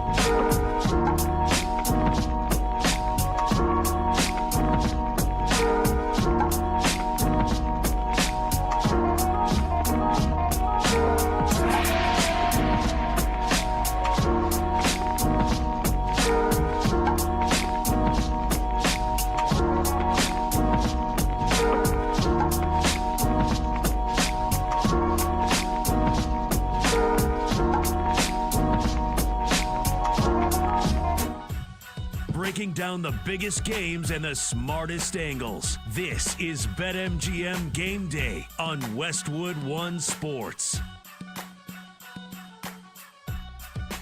Don't forget, over at BetMGM, the world's game, 2-up early payout for every game. Get an early payout for a 2-goal lead. You can place a pregame straight match result bet on any world's game match. And if your team takes a 2-goal lead at any point of the game, your bet pays out as a win. The winnings are yours, regardless of the outcome, over at BetMGM. And, of course, we got to wait a little bit. PJ and I were talking during the break a couple segments ago. Like, it's kind of a bummer we don't have matches going on, like, right now or coming up in an hour or anything like that. We got to wait to, 5 Eastern, I think, is the first match. Of course, 2 at the same time. But, yeah, it's kind of a bummer. It's a light sports slate until later on this evening, although you'll have to tell us, we got a second before we get to sounds of the week. You said you got some golf bets you're keeping an eye on. What should people be looking for? We got the Travelers Championship, Alex, this week out in Connecticut. I bet 3 guys this week: Patrick Cantlay, Justin Thomas, and Brian Harman. So Cantlay hasn't teed off yet. He's 9 under. Thomas is 8 under on the tournament. He's 2 under through his first 5 holes today, last time I checked. And then Brian Harman is at 6 under for the tournament. So I bet all those guys to win, and I bet all those guys to finish in the top 20. Scheffler is starting the day at 16 under. So this course is a birdie fest. My guys got some work to do, but we're sweating that out. So it's moving day. Hopefully some of those guys, all of them, can go low, which would be really nice. But yeah, with not a lot of sports action today, it's a signature event. A lot of these guys playing the week after the U.S. Open. Give myself something to watch and check on as we get ready for the World Cup. But these late starts here on the East Coast are killing me. I mean, those 2 games last night starting at 11 Eastern, and then the Iran game ends up being the Egypt-Iran game, for anybody who hasn't seen it, ends up being bonkers.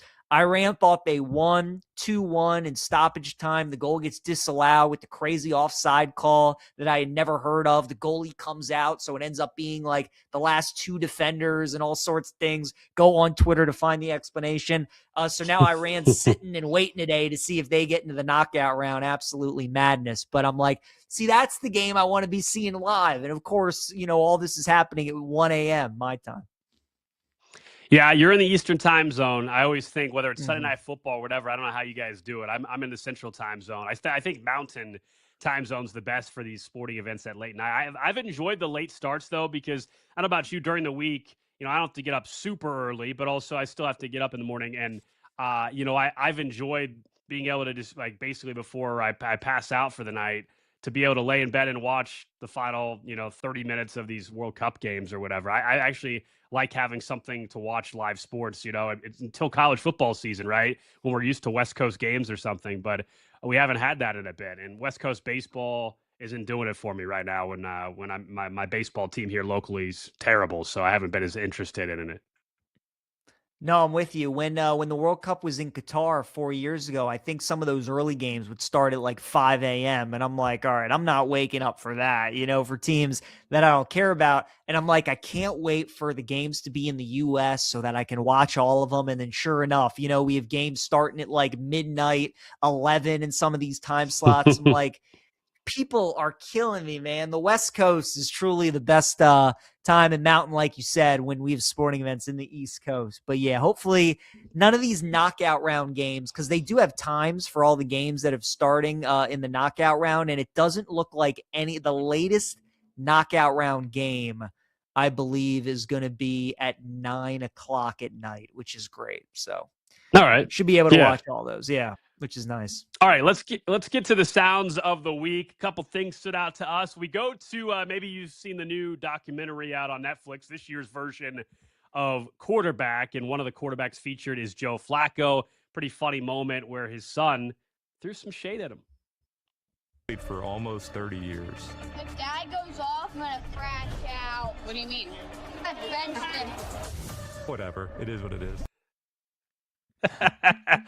Yeah, he bitched his dad on his fantasy team. It sounded like there, and he was going to be mad if his dad goes off in the game. Look, have you watched any of it this year? I watched it the first year when it was Mahomes. I couldn't get into the wide receiver one as much. I'm glad they're back to the quarterbacks, because it's a league about quarterbacks. People care more there. I don't know. Baker's in it. Maybe that'll get me to watch. If there was no World Cup, I probably would have already watched it. Truth be told, I just right now don't have the time to sit there and go through a Netflix documentary. I think post World Cup, maybe I'll have some interest. I was going to say, once the World Cup's over and we get that lull, kind of those final couple weeks of July and early August, then maybe I'll tune in to watch. But I have not watched any of the quarterback Netflix doc at all.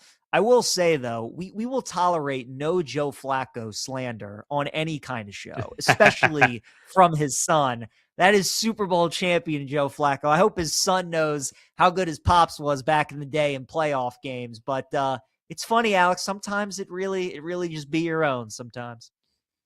Yeah, between you and Grant behind the scenes, you Baltimore guys over here, Joe Flacco love and everything. Look, you got to hang on to those memories. You got to hang on to those, Absolutely.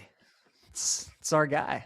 So love Joe. It's so funny. There's this real quick. There's this joke around Baltimore. Obviously Lamar is a better quarterback, and we all love Lamar, but there really just is something about Flacco in those playoff games, how great he was. So we'll always love Joe for those memories.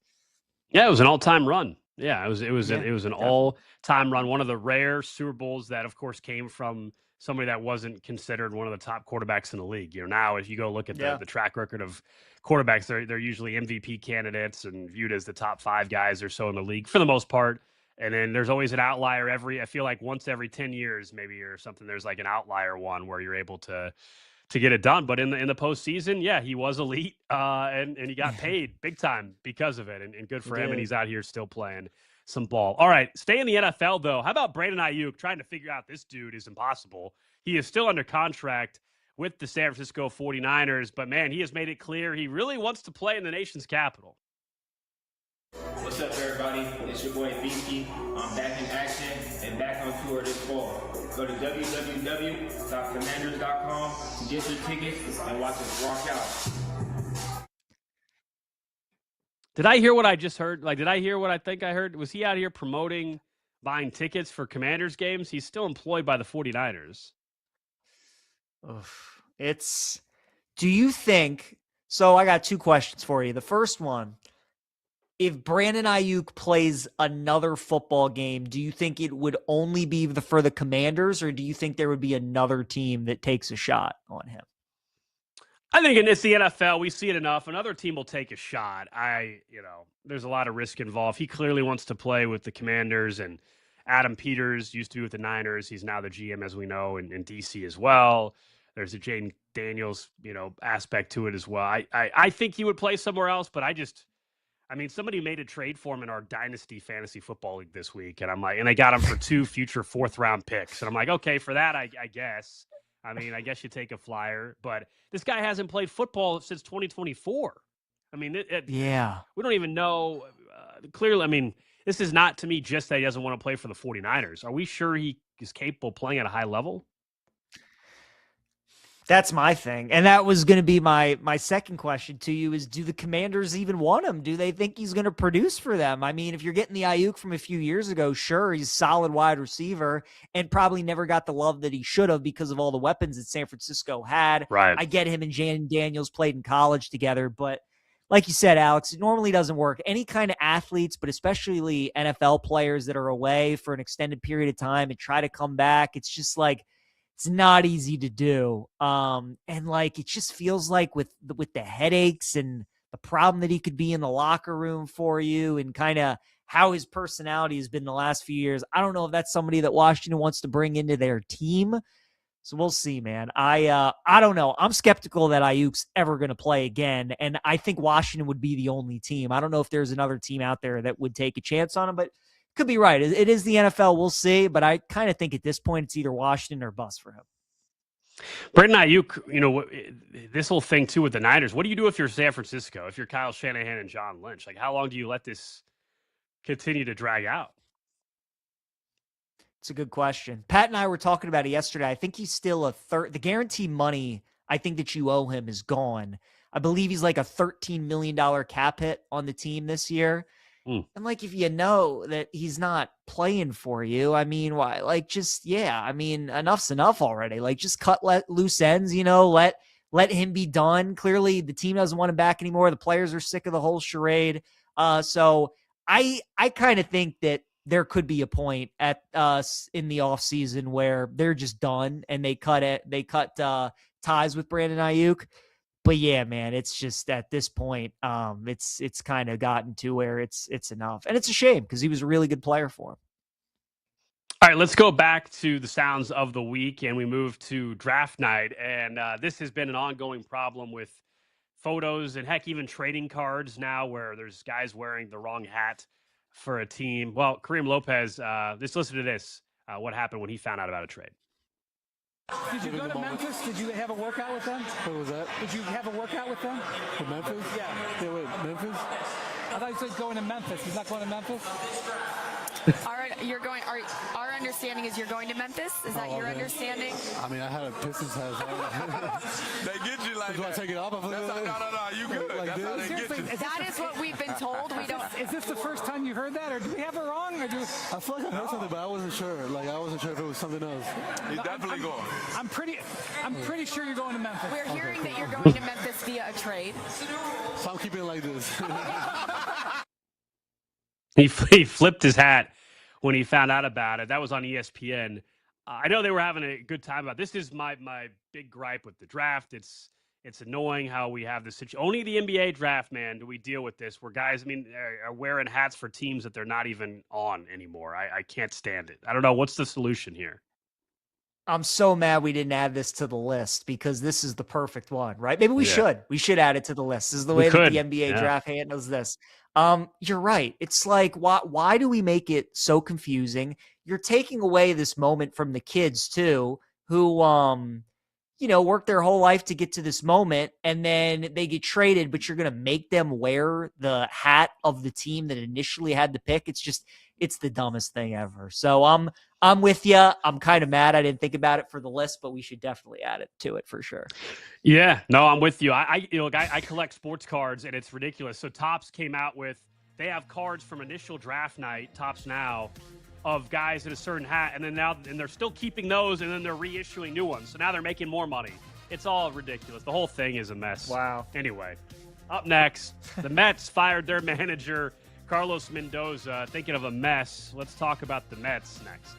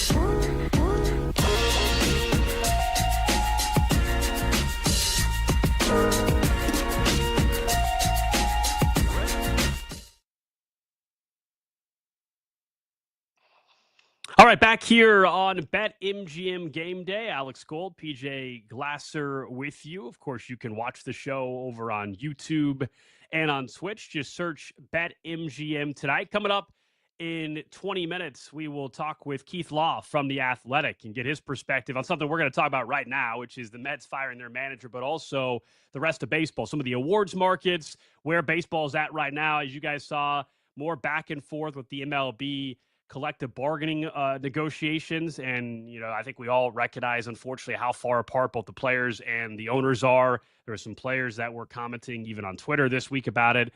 A lot to get into in this hour. A lot of baseball focus on the show. You can call or text 310-840-4910, 310-840-4910. So the Mets, PJ, fire Carlos Mendoza. They were 34-47. It's coming off an embarrassing series with the Cubs where they got swept. There were 6 errors in the series. It has been a disastrous season for the New York Mets. We all know the payroll numbers there with that franchise in the New York media market. My thing always with this is not just New York specific. This any of the managers that have been let go. It doesn't necessarily mean that it was the wrong decision. And it gave Philadelphia a boost right away, right, with Don Mattingly Jr. getting hired. But I always think the manager we act like has a much bigger role than he actually does. Now, that's not, like, someone might say, well, then what's the point of having a manager? I think there's value in the clubhouse for sure. But I guess I would say I never think the manager's the biggest reason why they're winning, and I certainly don't think it's the biggest reason why teams lose. And so it's one of those, like, you feel like the fans just are out for blood, right? Fans want to see that the organization is acknowledging that what is happening is not acceptable. And most of the time, you can't get rid of players unless it's somebody that you're going to DFA. But there's certain players that are making X amount of money that, like, you're not getting rid of an underperforming player. Usually, it's way easier to get rid of the manager. So I think Mets fans probably wanted Mendoza gone a long time ago, though, not now. No, I agree with you. I think Stearns should be wearing most of the blame for the Mets season and the way things have been going for a majority of the last 3 years. If they didn't have that unbelievable run where things turn around with Grimace and the OMG Mets and all those sorts of things. It's really been a brutal stretch for them for much of these 3 years. And I think you put it well. The Orioles with Brandon Hyde, they had some great moments. And then towards the end, it just was clear that he wasn't the guy. They needed to move on and make a change. I didn't get that same sense with Mendoza and the Mets. Their offseason started with the moves that they were making. Not a lot of people were fans of. Edwin Diaz goes to the Dodgers. Pete Alonso goes to the Orioles. You have Nimmo leave and some other people as well.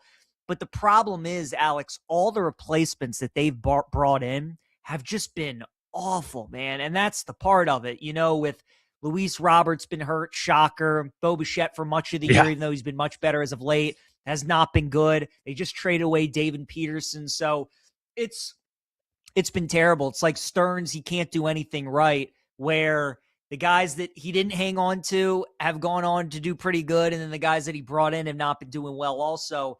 I think there's this fine line in baseball too, and it can be really hard on these general managers where there's no salary cap, and a guy like Stearns who came from Milwaukee where it's small market team. They definitely don't have the brand of the Mets. They're not a free agent destination. You're constantly working the payroll. You're shipping players off when you can get great value for them, all those sorts of things, to then go becoming the GM of the Mets where you have this unlimited bankroll. And Steve Cohen has no problem dishing out all these big contracts to all these certain guys. And I think it's a tough line to walk for these GMs that have their come up from these small market teams where they make a name for themselves, do such a good job, where the Brewers have been a model of consistency and they win 90 games every year and they're never on national TV, and a majority of people couldn't even name 3 or 4 players on their roster, to then going to a market like New York where you have an owner that's willing to spend.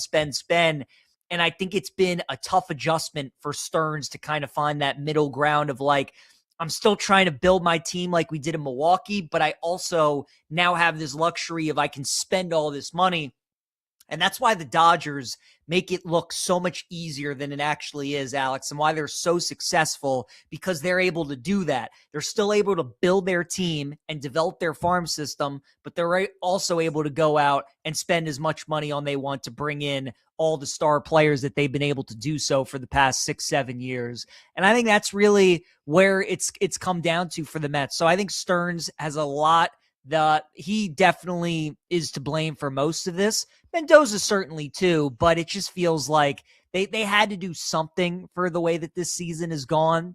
And a lot of times the manager is the scapegoat. He's the guy to blame in the first line of defense that you normally make a change. And that's what ultimately ended up happening.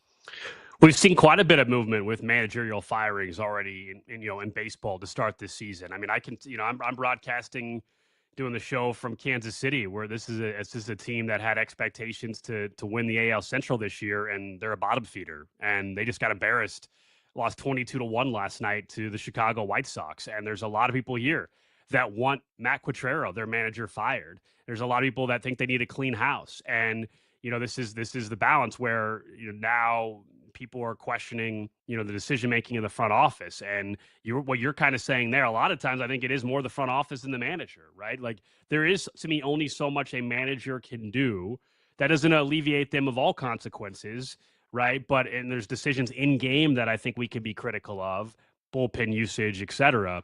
But overall, if it's a player that was brought in that is just not performing, that's a whiff by the front office, which is why, David Stearns, he was even asked, like, is he going to step away? You fired the manager, but are you stepping away? Which is a pretty ballsy question, I must say. But like, it's fair, right? I mean, the front office is going to have to be held accountable as well, especially with that kind of payroll. I think you're correct that I'm not denying that there's an adjustment from going from Milwaukee to New York and the challenges that might also present. But I'm sure there's people listening right now, PJ, they're not going to feel sorry for the GM that has a $200+ million payroll versus the guy that's got a $150 million payroll, $130 million payroll.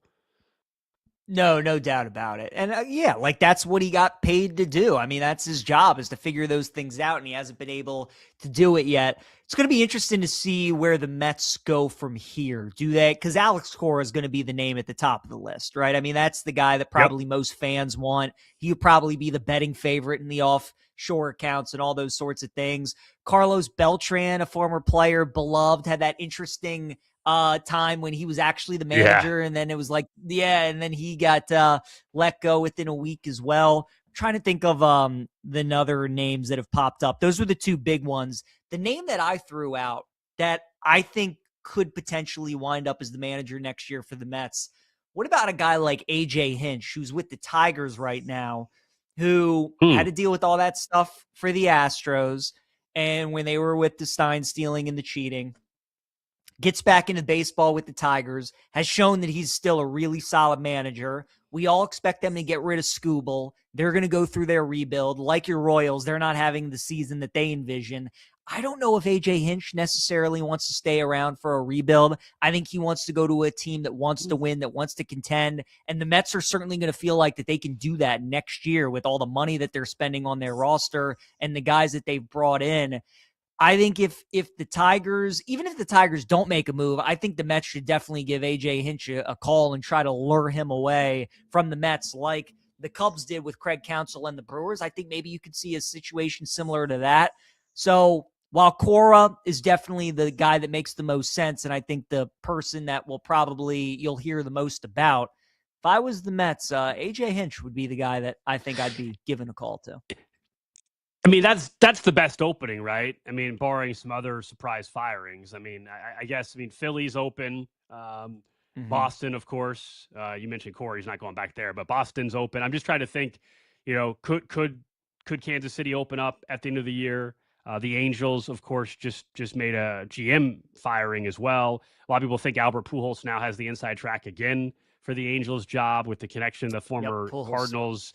Yeah, GM is now the consultant or whatever. I think the title they gave him. So people think that could be the Pujols vacancy. Would you say the Mets, though, because of the payroll, because of the talent that's just maybe underachieving, is the Mets the best opening, though? If you were like AJ Hinch, who I don't know I'd have to look it up, though. You brought his name. I don't know his contract situation. Is he under contract multiple more years there with the Tigers? I mean, why would they let him out of his contract? Yeah, that's I'm not sure. Let's see if I can look there. So he's through 2027.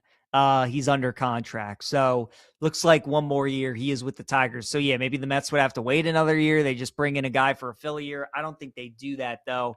No. I don't know what the best job is. It's funny because I think the Red Sox and the Mets are in very similar situations where they've both spent a good amount of money. They're both in big markets. They're both big brands. They play in big divisions. They're both on national TV a lot. They got big, diehard fan bases.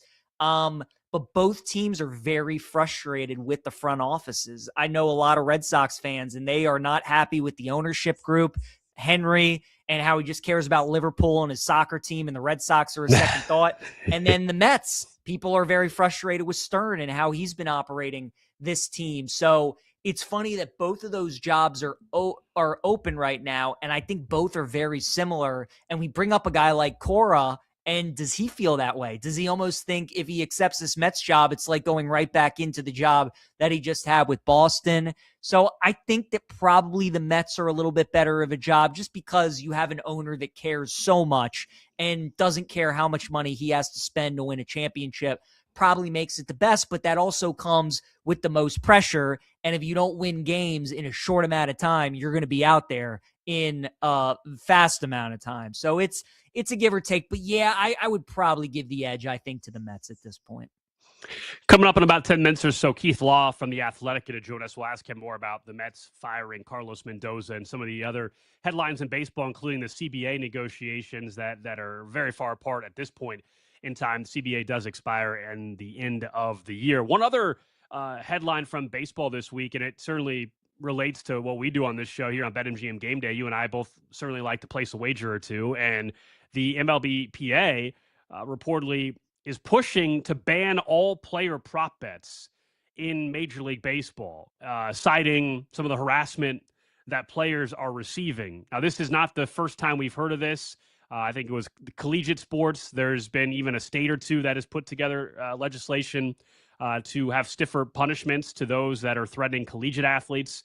So I recognize that this is a problem. I think you and I have seen plenty of stories of people that have, for whatever reason, either through DMs on Twitter or face-to-face at a baseball game or any sport, upset about a prop bet. So let me acknowledge that it is a problem. However, I don't think the solution is just banning it. Number one, this is the Players Association, not the league.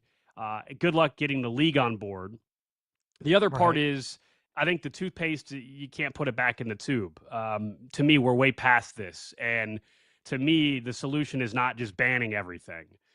Part of the solution to me is that on a state-by-state basis, I think there needs to be legislative action, which is the punishments need to be stronger towards those. Like, you shouldn't harass anybody for any reason, but if you're harassing somebody for their performance on a baseball diamond or any sport because you lost your prop bet, that should carry a stiff punishment, not just banning you from using a sportsbook account or whatever. But to me, that's the potential solution here, but it requires legislative action state by state. I don't think banning prop bets is a solution because, let's remember, people will just go offshore. Like, people will go offshore and bet as well. This is not as simple as people want to make it out to be. Yeah, and good luck, telling these betting companies that they're, going to have to ban all their props. There's just way too much money that goes into this stuff that I can't see that being something that happens. And like you said, that's coming from the MLBPA.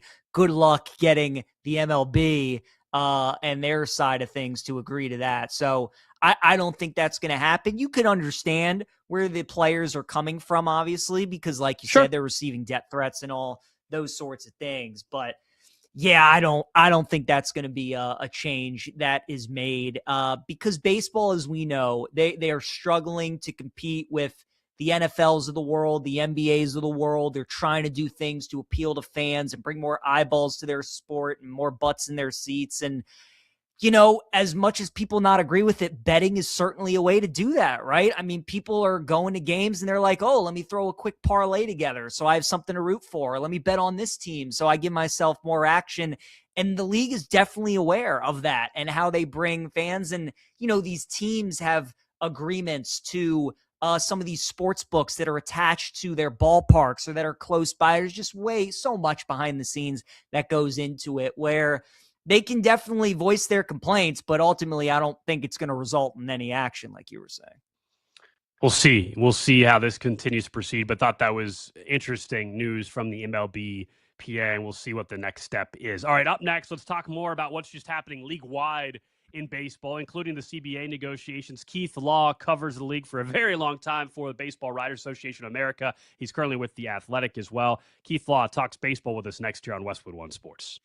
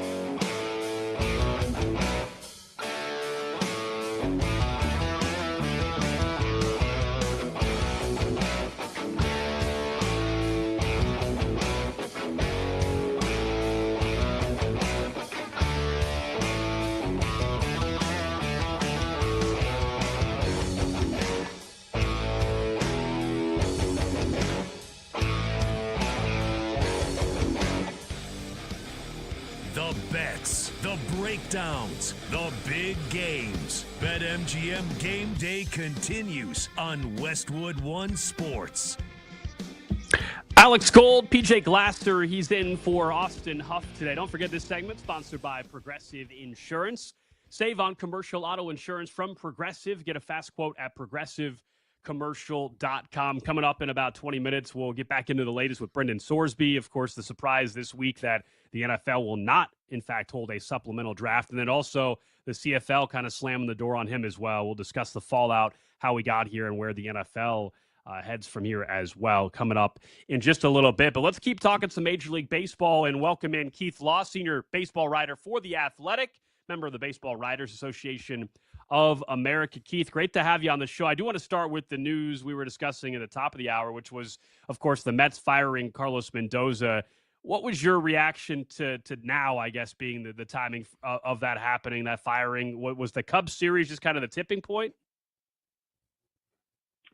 I haven't spoken to anyone with the Mets about it, so I don't know what their specific motivation was for doing it now. You know, I think you're probably a little late in the season to be trying to make that kind of change if you're still intending to contend. But I know Joe Sheehan, as baseball writer I've known for a long time, in his newsletter commented on the right time to do this was probably in the offseason. Mendoza was already showing some really questionable in-game tactics, particularly in terms of leaving his starters in way too long. And we have plenty of evidence now about the harm of letting a starting pitcher face the opposing lineup a third time or even rarely a fourth time. Hitters just do way better. When you've got a full bullpen, you shouldn't be doing that, particularly in high leverage situations. And Mendoza just didn't change. And to me, that then waiting another, 70 odd games here, and he's still making the same tactical mistakes. I think you could argue they let it go a little bit too long and probably made what was already a bad situation worse. I don't think he's the reason they are where they are in the standings, but he was not helping. Keith, who do you think the Mets could go after as their next manager? Alex Cora probably going to be towards the top of the list. I've heard guys like Carlos Beltran, maybe Albert Pujols thrown out. I was talking to Alex, if I were the Mets, maybe I'd do what the Cubs did when going after Craig Counsell, maybe check in on a guy like A.J. Hinch potentially or something like that. But do you have any idea maybe where the Mets could go from here in their managerial search for next season? I mean, again, I would be just blindly speculating here. That's not really what I typically cover. I am a big Alex Cora fan. I used to work with him at ESPN. I consider him a friend. I think he is a brilliant baseball mind and also a really good guy to have as a manager when you are trying to integrate young players, because he really took on kind of a mentor role even when he was still a player himself. And that may not be exactly what the Mets need. I don't know if that's exactly what Alex would want. Obviously, he did. We all know he turned down the situation here in Philadelphia because I think he didn't like the circumstances, and he particularly didn't like where he was being asked to step in kind of midstream. The one thing I would say is I would really like to see the Mets test kind of a wide net. What we see way too often in baseball is teams just kind of recycling a lot of the same names. I keep hearing Buck Showalter is out there trying to get another managerial job, and you know what? We can turn the page on that one. You've messed up enough franchises. I think we can go look somewhere else. There's a lot of really good managers around the minors who deserve a chance. Like I've boosted Benji Gill, for example, who has been managing in Mexico for a while, and he managed in the World Baseball Classic, and people I know who know him personally say really great things. I've just watched him manage and said, hey, I think this guy's pretty good, deserves an opportunity. Guys like that don't get enough chances because franchises, large and small, often like to make the big name hire rather than hiring the guy who might be best suited for success. We're talking to Keith Law, senior baseball writer for The Athletic. All right, the news that, every week I feel like, and every couple weeks for the next 6+ months to hopefully not a year, but we're going to get is around the CBA negotiations between the players and, of course, the owners. What do you make of where we're at just right now, knowing that the CBA expires in December, and then the update we got this week about the contract length in particular that the league is pushing for? Yeah, I think the league's proposals so far have been a joke. I don't think they're very serious. They're proposing to absolutely gut the draft, destroy the player development machine that has been built up over decades that has continued to provide us with superstars. I mean, you look at Connor Griffin, right? That guy under the new CBA, Connor Griffin is playing in college somewhere because he wouldn't have even been eligible to sign in time to get to the big leagues right now. They also are proposing, again, this draconian maximum contract length. They are proposing a hard salary cap, which the union has rightly opposed. And they're dressing all of this up in, this is going to improve competitive balance. No, it's not. It's not. It might make it a little harder for the Dodgers to sort of run away with things the way they have, but the Dodgers are still going to be one of the smartest and best run organizations in the sports. Maybe they don't go sign Kyle Tucker. Maybe they're forced to use one of their own prospects in place of Kyle Tucker, and they're one win worse off for the season. It's not going to materially change the differences between teams where you have smart teams rising to the top and you have cheap teams at the bottom. The owners who refuse to spend, they're not going to spend any more than they absolutely have to. They're not going to put the most competitive product on the field because they would rather take their profits than actually compete. And we're seeing that even with Pittsburgh, where, yeah, they've given some long-term contracts to younger players, but they refuse to bring their payroll up to a level commensurate with the quality of the team that they're trying to put out there. They could be a playoff team this year. I highly doubt they'll actually spend the money they need to, even at the trade deadline, to make that club better. And none of these CBA proposals I'm seeing does anything to address that. Do you think, Keith, though, go ahead. Sorry, PJ, I was just saying, do you think, though, when we look at the current proposals, and I agree with you for the most part on what you said, I feel like fans this go around, because of the competitive balance aspect, that fans seemingly are more on the owner's side than they typically are, or at least the messaging from the owners seems to be a hell of a lot better than the messaging the Players Association is putting out to this point. Well, I mean, Americans love to stand for billionaires. I'll never understand it. They don't like you. They don't care about you. The owners are not on the fans' side. The owners care about profits and nothing else. Owners look at fans as a big pile of money, and how do we take some off the top? How do we take some more off the top? None of this is really going to improve competitive balance. I argued with people in my public Facebook page who are like, well, this will bring ticket prices down. No, it won't. Ticket prices have nothing to do with player salaries. They never have. They're about demand and maximizing revenue. It is, yeah, I think the Players Union needs to step up their messaging. You are never really going to get around this idea that people in America seem to idolize billionaires and think billionaires can do no wrong, even though billionaires are very much not on your side, whether we are talking sports, business, or politics. Keith, because there is a fear that we could miss some games next season, do you think that changes the way teams are at this upcoming trade deadline? Would you expect more teams to maybe be more aggressive, knowing that, we could miss some games next year potentially, and God forbid, hopefully we don't miss an entire season, but do you think teams are more aggressive than maybe we're accustomed to seeing, knowing that they could miss some games next year potentially? And I'm a little optimistic in terms of missing too much of next season because of the short-term TV contracts that are in place. And MLB signed, I think, with 3 new outlets, 3-year deals, 26, 27, 28. They're not going to want to give up, 20% of that by losing a chunk of next season. But to your point, yeah, I do think so. I think we will see some teams be more aggressive. I would, if I were the GM of any contending team, regardless of my own personal contract status, I would look at this and say, this is the time to go for it. If we might lose a portion of next season, maybe trading away a prospect who I like, who I value right now makes more sense because we may not have a full season next year. That player, particularly if he's on the 40-man or has to go on the 40-man roster, he's also going to lose time. Those guys don't get to play either. We could have minor league baseball next year, but it wouldn't include players on the 40-man because they are represented under the Major League collective bargaining agreement. So I might be more inclined to say, yeah, I'll trade that guy. I don't want to, but I'm more willing to pay a higher price for short-term help, recognizing this year might be, I don't want to say the last for a while. That's a little dramatic. But you know what? This World Series, this year's champion may last a little bit longer, maybe a little bit more meaningful. I'm completely on board with that.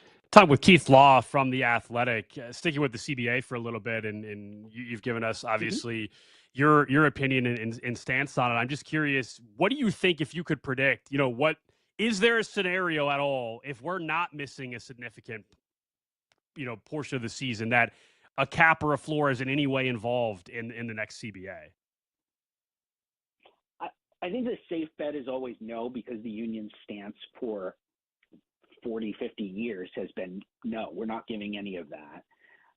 And I don't see anything in any of these owners' proposals that is anywhere close enough to make the union revisit that position. They're not putting anywhere near enough money on the table to make that make sense. Right? There could be a dollar figure where the players' union looks and says, actually, we probably are better off under the new system. That's what you have to do to get the players to agree to any kind of cap. But the players' union recognizes once you put a cap in place, it's pretty much there forever. So if you're ever going to agree to that, you better get the best possible deal, one that guarantees the players more money, not just in year one, but kind of in perpetuity, and absolutely undercutting the amateur draft like they're doing and giving modest raises to players making the minimum while putting a very low cap on the players at the top end of the salary scale isn't going to end up doing that. So I think the best prediction is we don't see a cap or a floor. We probably do see some significant changes just to how major league players are compensated. And if they're going to boost the minimum salary, which I think is a great idea, by the league, something that the union would support, it may come with some kind of restrictions on how we deal with long-term contracts. And one thing I did like in the owner's proposal is ending deferrals, because I think that, first of all, I think it encourages truly profligate spending, and you could end up with clubs that end up in a situation where they're 5 years from now, they're not spending on the major league payroll now because they're still paying payroll from 10 years ago, and nobody wants that. That was actually a pretty sensible thing that I think gets rid of a practice that's kind of dangerous for the sport, and the players aren't that much worse off if you get rid of it anyway, particularly if you put more of that money back into paying the guys who make the minimum. Keith, we're about at the halfway point of the season, and it's been a great season so far. There have been a bunch of surprise teams that are having some really good years. I'll throw three teams at you. You tell me which one has surprised you the most, or maybe there's another team that comes to mind that you've been really impressed with. But the White Sox, the Nationals, and the Cardinals, certainly, I don't know how many people expected them to be this good at this point in the season. So of those three, or maybe another one that comes to mind, who do you think has been the best surprise for you up to this point? I mean, the team that surprised me most, I think, relative to preseason expectations is the Nationals. There was it's brand new front office, brand new kind of top to bottom. And and they even hired Blake Butera, a very, very highly regarded manager from the Rays minor league system, like we were talking about before, a guy who wasn't famous but had a great reputation. But he's a developmental manager. I mean, he's younger than I think one or two guys on the roster. That was a very clear signal. We are trying to start a rebuild here.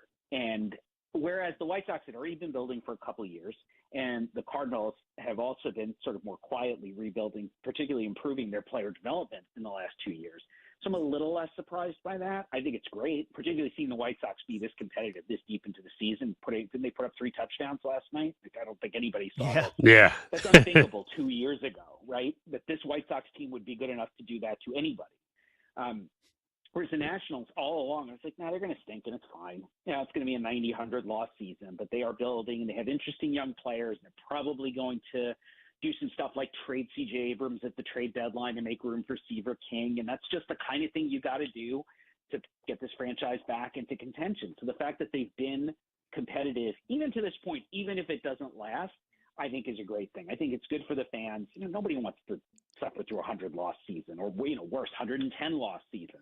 So if they can rebuild without having to be that bad, good on them, good on the front office, good on the players, and just way better experience for the fans to keep them engaged during what is probably going to be a couple of years of not making the playoffs. You mentioned the 3 touchdowns that were scored by the White Sox. That was against the Kansas City Royals. I'm based in Kansas City. The expectation for this team was to compete to win the Central. They certainly are not anywhere close to that. I know now they have a bunch of injuries, but this team was already not performing prior to them.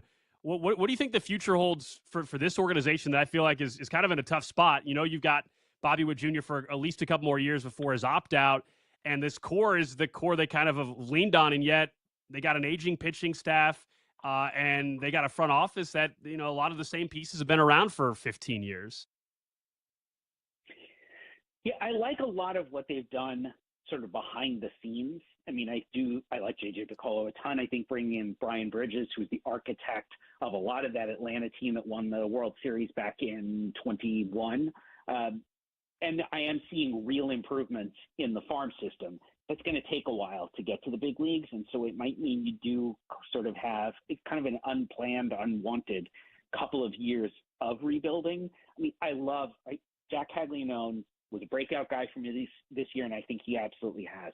Carter Jensen, I thought, was a Rookie of the Year candidate. I think we're seeing him start to, he's made adjustments. He's playing a lot better. And I know nobody wants to say it, but Salvi Perez is kind of cooked at this point. Jensen should be the primary catcher here. They have Bobby Witt. Losing Cole Reagan's probably for the rest of the season might be the death knell for this year.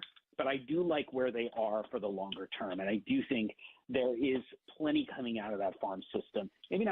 Definitely not this year, maybe not even necessarily next year, but look a little bit beyond that. And I do think that the whole team is trending in the right direction.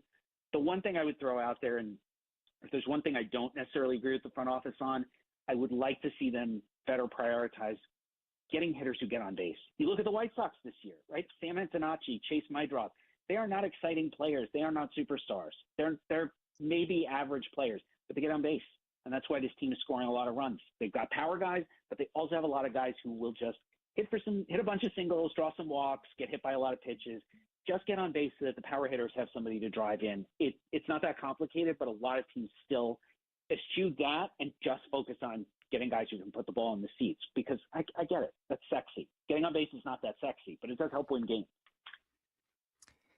Keith, we got a couple more minutes left. The American League all year, it's kind of been the Yankees and the Rays who have had good seasons. And then it feels like every other American League team is just kind of hovering around 500. Who would be the team or two as we get towards the second half of the season that you really think is going to go on a little bit of a run, maybe starts to be 10 games over 500, separates themselves in the division? Outside of the Yankees and the Rays, is there a team that you would buy stock into in the American League? I mean, heck, there's only 5 teams in the whole league who are over 500. It's a little weird, right? It's just like watching the American League. Does anybody want to win? Are we going to have a sub-500 team in the playoffs? Which obviously is going to happen eventually, but I hate it. I just, like, on principle, no, you're out. Put another National League team in instead and just change it up, because you got to win more games than you lose to make the playoffs. If I were commissioner, that would be one of my new rules. The answer to your question to me is definitely Seattle. They dug themselves a pretty big hole early. They've kind of clawed out of it, and now they're doing that thing where they're just hovering around 500 for a bit. Not 100% healthy / fully playing up to their potential, but I look at that roster and think they're going to be better in the second half. I think they're going to be it looks like they're going to have a full healthy roster in the second half. They'll get full Colt Emerson. They'll get more out of Cal Raleigh. I think we're seeing more out of Julio Rodriguez, who started ugly slow this year. Josh Naylor, I mean, maybe I'm just being stubborn, but I refuse to believe he's going to be this unproductive. And also I look at the pitching staff and say, other than Luis Castillo, most of these guys have kind of underperformed versus what I expected, with the exception of Emerson Hancock, who's been a huge surprise. But I guess Kirby, Wu, Gilbert, expected more from all of them this year. And they have Tate Anderson, who's the best pitching prospect in baseball right now and could probably join any big league rotation right now, except he can't join them because they don't have room for him. But he's dominating in Double-A, and we'll probably see him somewhere in the second half. So I just see a lot of reasons for optimism for Seattle. And I didn't even mention the fact that they're not in the AL East. Those other two, the Central and the West, are a lot easier if you're trying to get into the playoffs this year than if you're trying to compete with the Yankees and Rays. Keith Law, senior baseball writer for The Athletic. Appreciate the time. Enjoy the rest of the weekend. My pleasure. Thanks, Keith. Good stuff from Keith Law there on Westwood One Sports about not just where the league is at. You're right about the AL, man. It's crazy. The AL, these teams are trying to talk themselves into it. We're only 6.5 out of a wild card spot. Yeah, you're 12 under 500. You got to get to 500 before we can take it seriously at all. All right, up next, though, let's get back into Brendan Sorsby, who ultimately now found out that the supplemental draft is not the path for him, and the CFL slamming the door on him also. So what's next for Sorsby? What does it tell us about the league stance towards gambling as well? That's coming up next here on Westwood One Sports. BetMGM Game Day. Make it legendary on Westwood One Sports.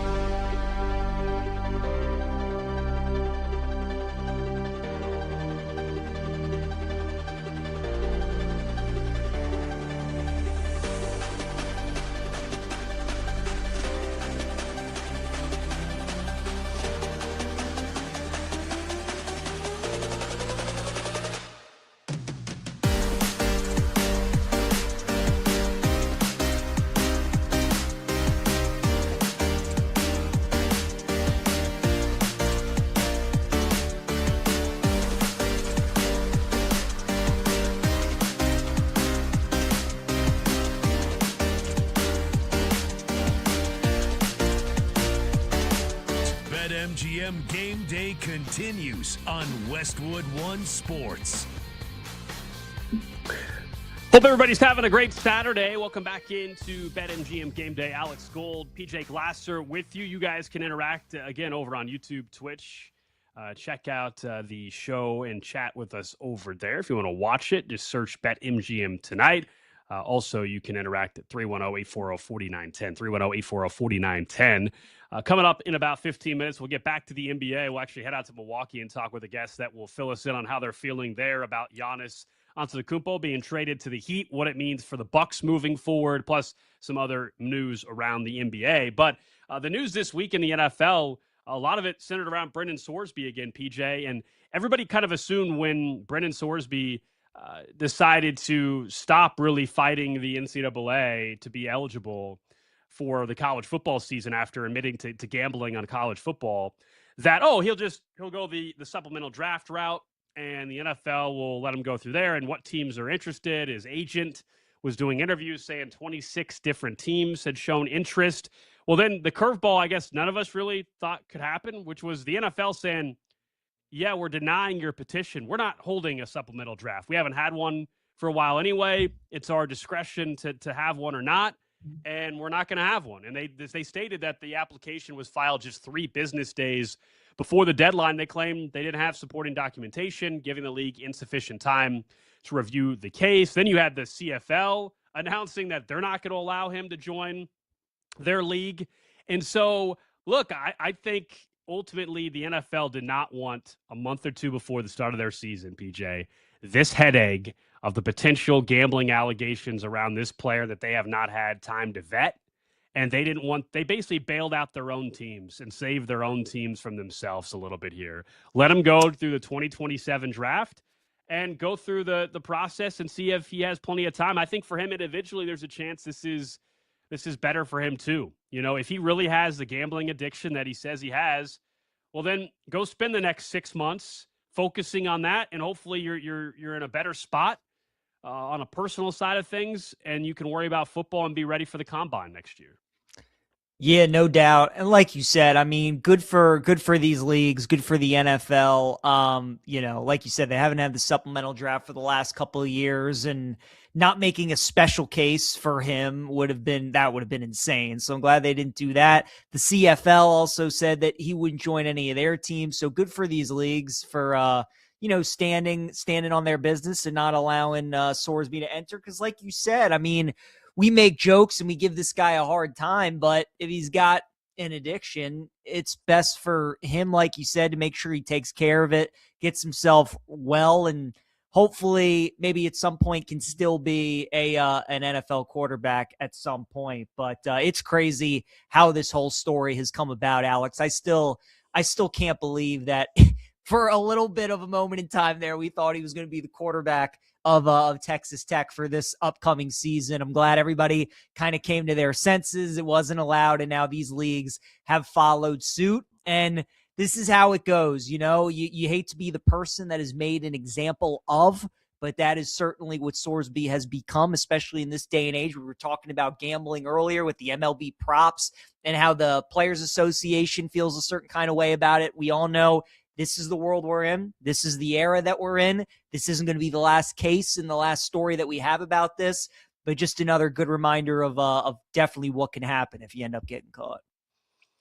Right. Yeah. You got to continue to have a deterrent. There are still consequences. Nobody's trying to, as you said, make light of an addiction, but there are still consequences to the addiction. And in this case, it is that you're going to have to wait another year to try to pursue the NFL. Nobody's banning you from the NFL. You have to go through the same path. Remember, before all this started, and he admitted to gambling and opened this investigation, he wasn't going to be coming out till the 2027 draft anyway. So that's why I don't think this is some crazy scenario where they're not letting him go through the supplemental draft. I also think clearly his agent, they made a mistake back in January where they decided to not pursue the draft this year. He would have been the second quarterback taken, we think, in this year's draft, ahead of Ty Simpson. Now he's not going to play football for a year, and the quarterback class on paper looks really, really strong. He might be a second-round pick now and might be the 5th quarterback off the board. We'll see. I think clearly he'll have an opportunity to play at the next level, but I do hope this just allows him take care of the issues that you have, as long as you weren't using that to hide behind, the fact that you were trying to seek treatment. Because based on the NFL statement, it was kind of damning. It was saying that yet throughout the process, you really haven't shown, real remorse, basically, and really haven't gone through the process fully that you're supposed to do. You were just hoping to bypass the consequences. You're more sorry about the consequences that you're facing now. So we'll see. His agent or attorney have threatened to sue the league or whatever. I'm not a lawyer. You're not a lawyer. To me, it makes sense that the NFL can decide whether or not they want to hold a supplemental draft. I mean, I feel like they've been doing that for years. Yeah, for sure. I mean, could you imagine just what would have been the fallout if he would have been allowed to play in any of these leagues? Could you imagine he comes to warm up and, you have fans that are reaching over as players are walking out of the tunnel. Hey, Brennan, what's the play today? What's the parlay that we're cooking up? And all these still could happen. Still could happen. That's true. All these questions that are going to answer. So that's obviously stuff he's going to have to deal with. But yeah, man, it's just a wild, wild story. But I'm glad you've talked about how at the end of the day, like, we just have to remember it's an addiction. We hope he gets well. And like you said, Alex, I think this all might be for the best. He's so focused on not ruining his life and still chasing his dream and trying to become a professional. But at the end of the day, you got to take care of yourself. And hopefully if you work on it over the next couple of years, he's able to do that. Because, I mean, the talent, as we know, is definitely there to be an NFL quarterback. What I guess I haven't had a chance to talk to you about it. What pick do you think a team would have wanted to give up for him if it was a supplemental draft? I thought I would have felt comfortable with the third. I think maybe a team would have done a second. I would have only felt comfortable giving up a third-round pick. Yeah, that's what I was thinking. Probably third round. I would say two would have been a little steep. I think third's probably what I would have done and what a team would have done. So for the time being, it looks like we will not have any update on the Brendan Sorsby stuff for a little while. Then we'll check back in and see what he's up to in a couple months. Hopefully everything is doing well for him, and then he'll be at the NFL Combine, I would expect. All right, coming up next, let's get back to the NBA. Justin Garcia, Milwaukee Bucks radio network analyst, will tell us how they're feeling in Milwaukee about the return they got for Giannis and what's the franchise's future look like post Giannis right here on Westwood One Sports.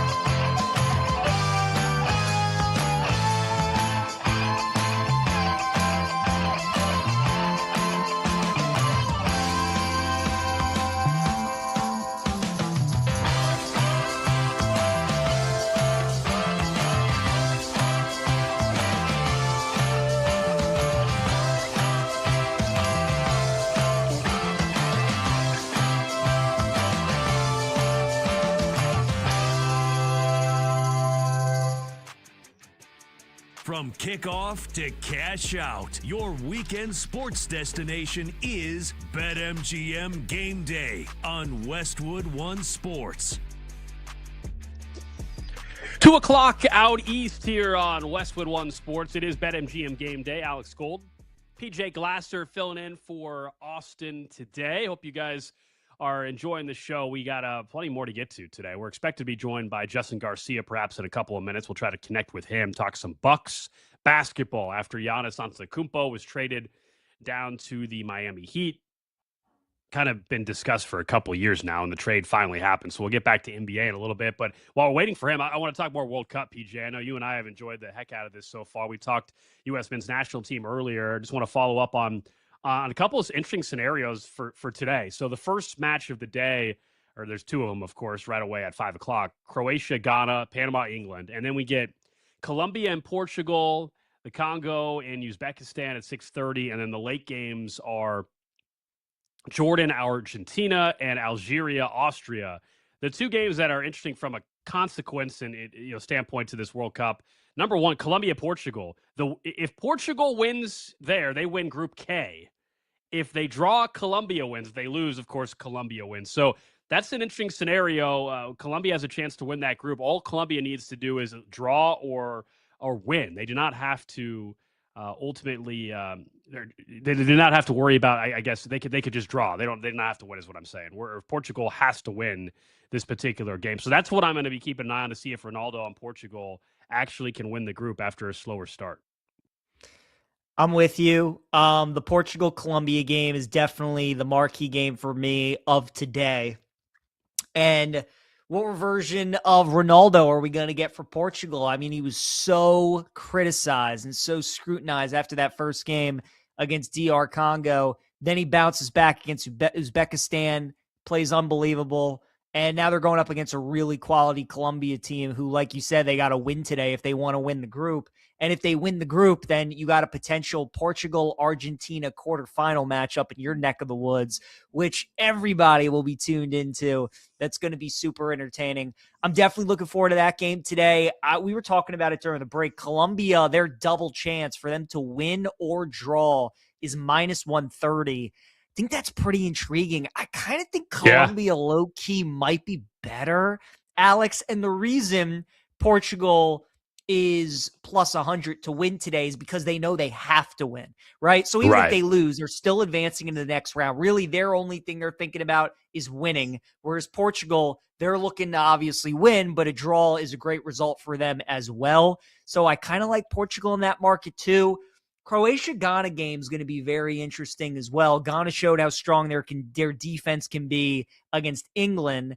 And, with a 0-0 game there, now going up against Croatia, who's normally got a very good attack. That'll be another good test today for Ghana. So those two games, certainly very interesting. And then we get Argentina at night, but with them already wrapping everything up, I don't think we're going to see Messi tonight, right? Probably not. There's no reason to, I mean, I know we just had this debate with the U.S. men's national team and should Pulisic have played or not played. And he was also, remember, dealing with an injury. And so the U.S. ended up bringing in Pulisic, in the second half. I don't see any reason for Messi to play. Now, Argentina, you look at BetMGM, look at that, man. Minus 735 on the money line for Argentina today against Jordan, even with everything wrapped up. And Argentina, we all know, the defending World Cup champs. We'll get back to the World Cup. I want to talk more about the U.S., but let's go out to the phones. We do have Justin Garcia joining us, Milwaukee Bucks radio network analyst, host of Locked On Bucks. Justin, great to have you on the show. Is there any sense of relief, I guess, that this Giannis trade discussion has finally been settled? I mean, I know you don't want to lose a superstar in any market, but at the same time, I feel like this has been a cloud hanging over Milwaukee for 2 years. Yeah, I think that's kind of where we're at, that you're obviously disappointed that Giannis doesn't finish his career with the Bucks, and the level setting too of what your realistic expectations are now without him. But it had just kind of taken all the oxygen out of the room for the last season, certainly, and even beyond that, probably the last 18 months, that it started to kind of fester out there more than it had in recent years. That I think there's a great sense of relief that at least that's behind us. We can level set expectations, and we know we're headed into a new era now. How do you feel like the Bucks did with their haul, Justin, with what they got from Miami? I like what the end package ended up being. When the back and forth was starting to, I guess, trickle out, and you were starting to see Boston's interest in what that package appeared to be, I was of the mindset that, hey, I'll take the Celtics package because Jaylen Brown is the best asset in either of those two offers. And, not that he would make you a contending team in the East, but we just saw Jaylen Brown on a team, with the right role players, with a good coach, down their superstar in Jason Tatum, be the 2 seed in the Eastern Conference. And I know the conference is going to be better this upcoming season, but I think if you had taken that deal, Jaylen Brown at least helps you stay competitive for like a top 6, if everything breaks right, playoff seed. And that's important because the Bucks are third in terms of the hierarchy in this state behind the Packers and the Brewers. It was tough sledding before Giannis not only arrived, but really ascended into an MVP caliber player. And the Bucks know they're up against that now that we have to create that interest in this team. And that's a deal that would have helped you get you there. But there's nothing else in it, right? I mean, we maybe 2 draft picks, and one of them would have been 27 this year. So the optics are you're trading Giannis for Jaylen Brown, which is unfair to Jaylen. And there's no real other avenues for improving. And I think one of the hesitations, too, was what if we're right back here in a year or 2 years with Jaylen Brown? And that's a valid concern. So having Boston get involved at least forced Miami to increase what was in there, where it ended up being, I think you got everything you possibly could have from Miami that you would have wanted. The only things that were left behind were Pella Larson. And I think the Bucks look at it and say, it's not a difference maker. And we got other players at that position. We're fine. And then Nikola Jovic, and that is maybe an underwater contract that I think you're better off not having. So not only getting all those young pieces from Miami, but then also offloading Bobby Portis and really hamstringing the Heat for how they can build their roster for this first season, at least with Giannis. I think the Bucks did pretty well, all things considered, for what realistically you could expect, knowing he didn't put his thumb on the scale, but it was pretty clear Giannis would prefer to play for Miami. It's not the only team, but that's also the only team on his preferred list that is going to have cap space next summer where they could say, fine, we'll just sign him as a free agent. So with that expiring contract scenario, I think you did as well as you could have done. What's the long-lasting, I guess, legacy there for Giannis in Milwaukee, and what he was able to do, though? I understand he's now moved on, but what do you think, fast forward 10, 20 years from now, you go and talk to somebody in Milwaukee, what are they going to say? Well, I mean, I still think he has a positive standing with Bucks fans and in the community. And he's, we've heard people kick around, and I've certainly said it as well. He's the greatest player in franchise history. And I know it's a franchise that had Kareem Abdul-Jabbar, and Kareem led the Bucks to 2 NBA Finals appearances. They won one of them. But, Giannis's impact in his time here, longer than Kareem spent in Milwaukee, I think it is greater than what we saw. I mean, he's basically number 1 or 2 in just about every counting stat in franchise history. He did get that one championship, which, you go back 20, 30 years ago, that was unimaginable that the Bucks would have a player like this and the Bucks would win a championship with how the league was structured. So his legacy, I think, is still going to be he's the greatest player to wear a Bucks, his legacy as a Buck, the greatest in team history. And, I mean, he has a mural here within the city that we've seen people already flock to and leave things at, that the city has announced it's going to stay there. I would imagine he gets something outside of the arena when he's done playing, whether that's a statue. His number will certainly be retired. But he's the guy that, for all intents and purposes, saved basketball in Milwaukee. I mentioned they were third, the Bucks, in the pecking order behind the Brewers and the Green Bay Packers, and it's a distant third.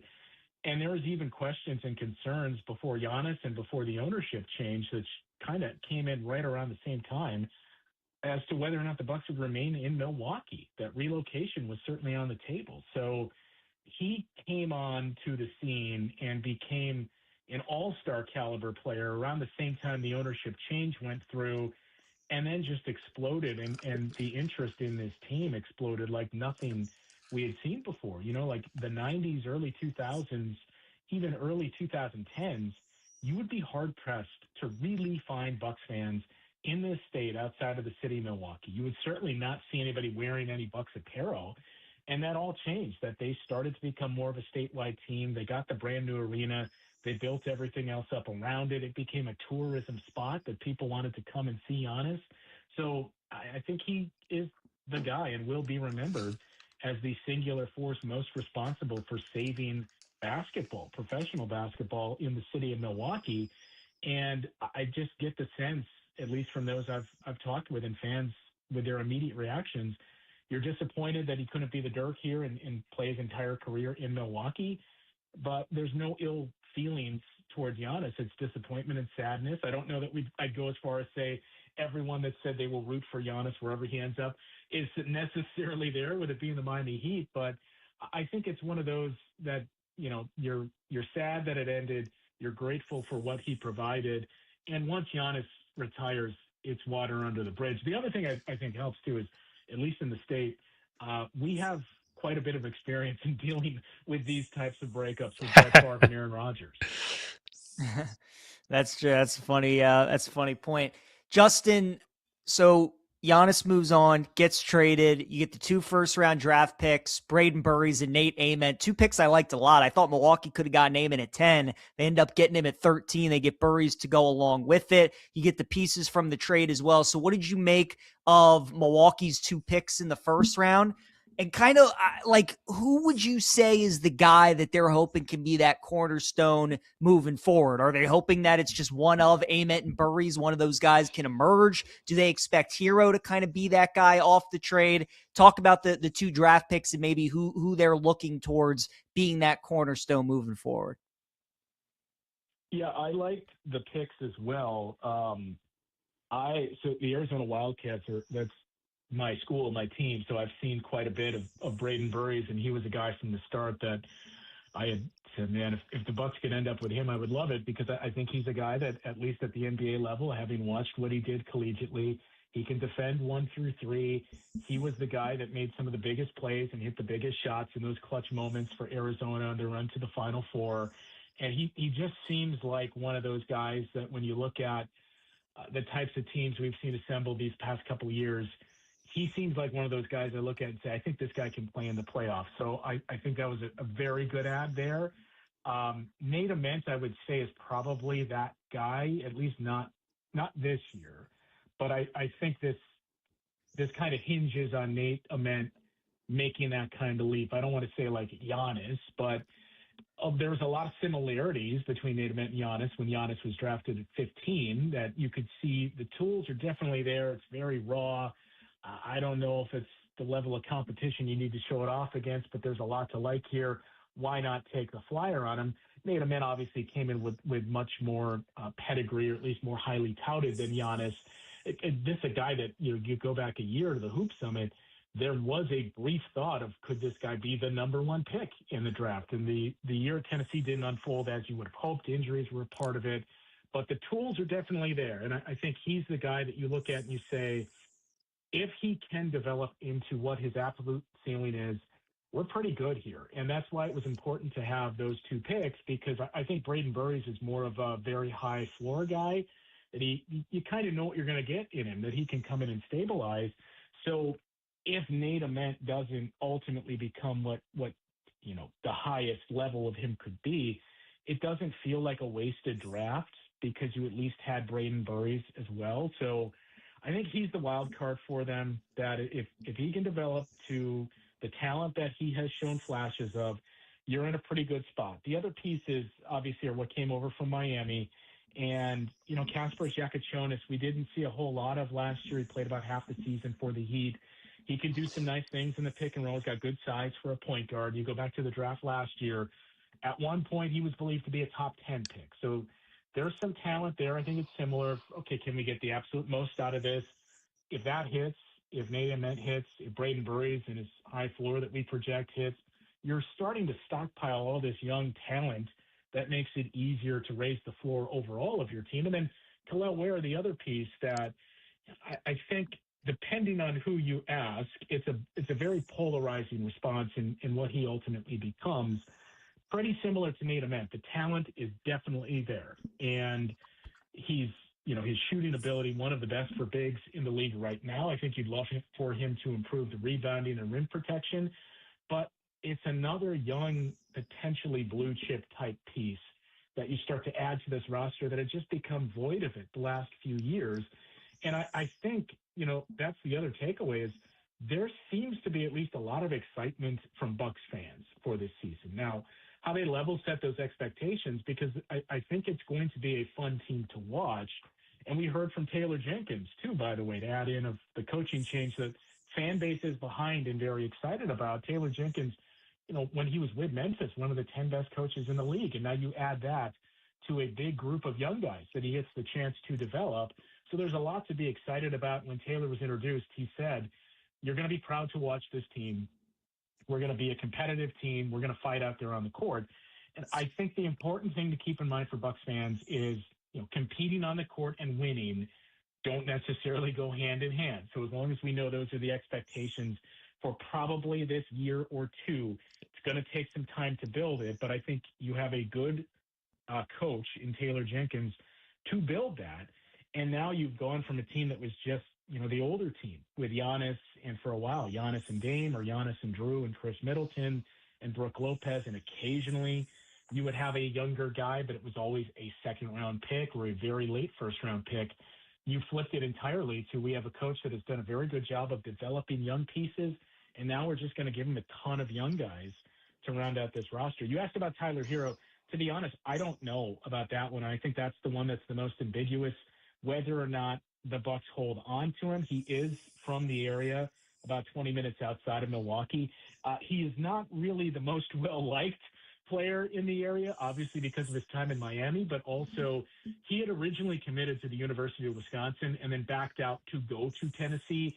So Tyler Hero has been public enemy number one for quite some time, at least collegiately here. But Tyler Hero, from the sounds of it, is excited for the opportunity to return to his home state and play for the Bucks. And whether or not they turn that into some more assets or just say, look, another one of those young guys that can help us be competitive for this season, that's the question that I don't think any of us really have an answer on yet.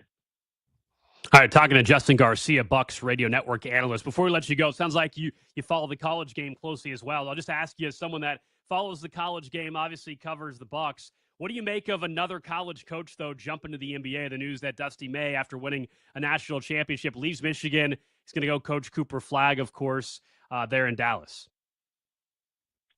Yeah, surprised to see it initially, but the more you process it, I mean, he seems like the type of coach you would target to make the jump from college to the pros. But I just think more than anything, it speaks to the mess that all of college sports, but college basketball and football primarily, the mess that they found themselves in right now with NIL and even seeing guys get drafted and going back to play, that it doesn't seem like it's a place I would want to really hitch my wagon to. And I think you're seeing a lot of that with players and with coaches too, like Tony Bennett, who I've gotten not to know, but hear quite a bit about him. Our play-by-play guy was the play-by-play voice at Virginia for 13 years and knows Tony pretty well.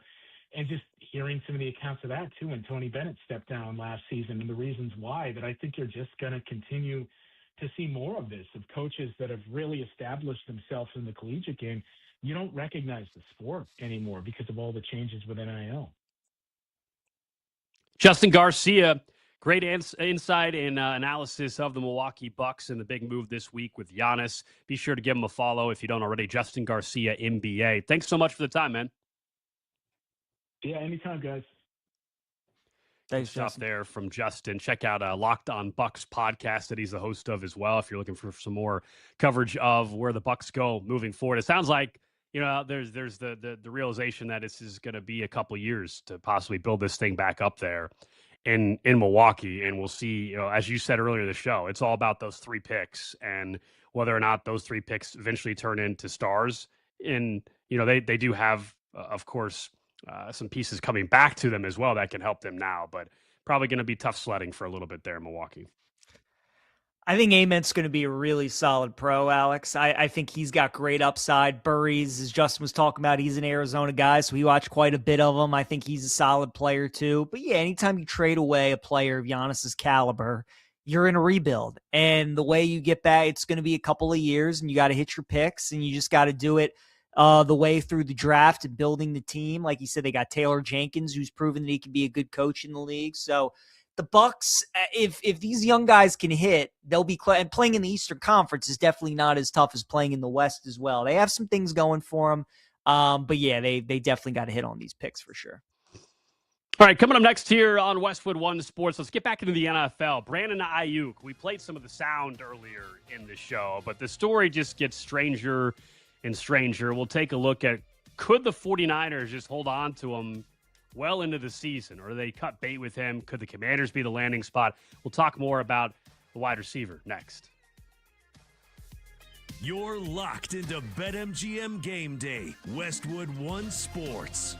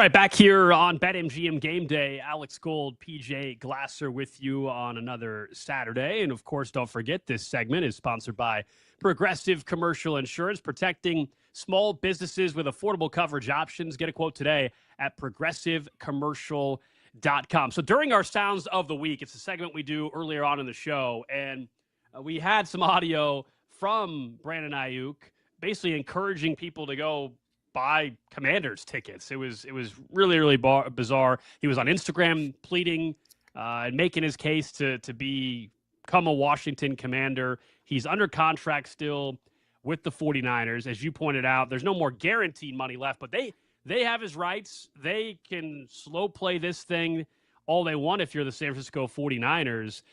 This is bizarre, man. It's always with wide receivers, but this is bizarre. He hasn't played football in 2 years. Is there now going to be a situation where the Commanders and the 49ers, it's just a waiting game where the 49ers are like, we're not going to do you a favor. We're going to make sure this is miserable for you now. Like, I think there's clearly animosity. So I wonder if we see the 49ers say, no, you kind of screwed us over. We're going to drag this thing out. We're not going to do you a favor and send you out to Washington. I think you could definitely be onto something for sure. Because yeah, like you said, they invested in Ayuk when a lot of people thought they wouldn't. Their roster was littered with stars, and they had to pay a bunch of them. And a lot of people thought Ayuk was going to be one of the odd man left out. They were going to move on. They decided to give him his money, $30 million a year.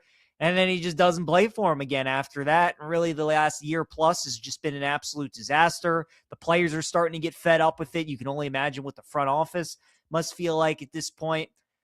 So I think I agree. You know, it's almost one of those like, all right, you put us through this situation. We're not going to do you a solid and throw you a bone so you can go play for Washington like you want to.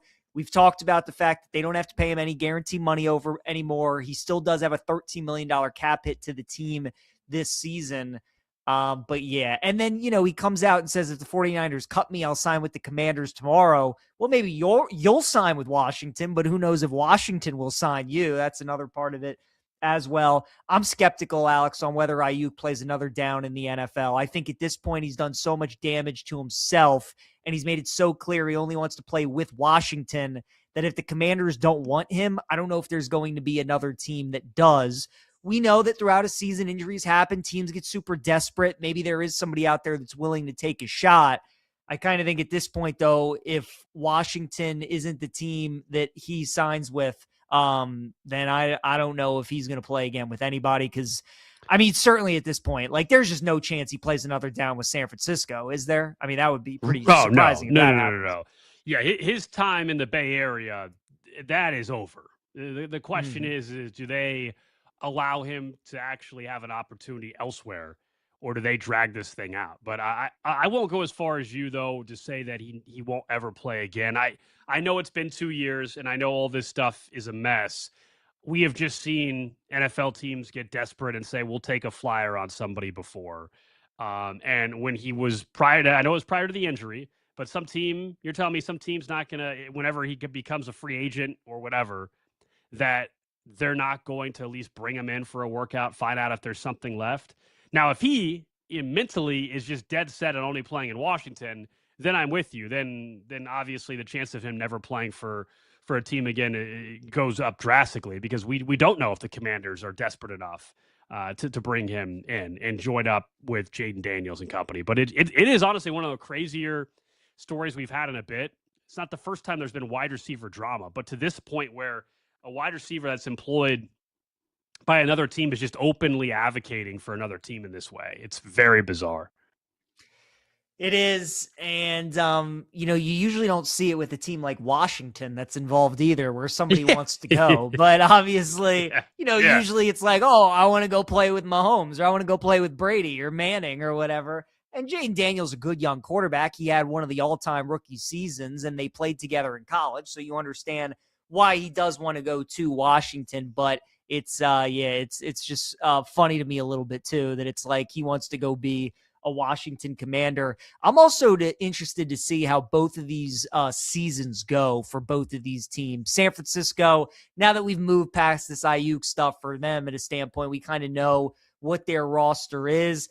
Their division is brutal, as we know. They probably have the two best teams in the NFC in their own division in Seattle and the Rams, so that's not going to make it any easier. It's a team that throughout the years has just been littered with injuries, and that's something you've always come to expect with them as well. And then Washington on the flip side, the one scenario I see them maybe going after Ayuk if everything works out and the 49ers do cut him. What a big year it is for Washington, Alex, because, Jaden Daniels' rookie year, there's no expectations, right? You have the dream run to the NFC Championship game. Last year, everybody is like, wow. I mean, in this area, too, I'd never seen it before, how high expectations were for the Commanders. Everybody was so excited. They couldn't wait for the season. People thought they'd make another deep run.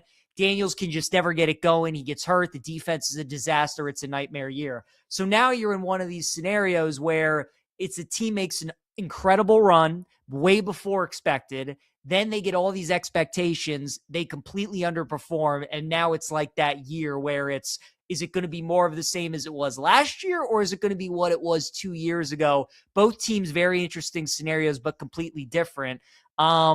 I don't really have a strong take on either. I kind of think San Francisco is going to be a playoff team. I don't think they're going to be a Super Bowl team.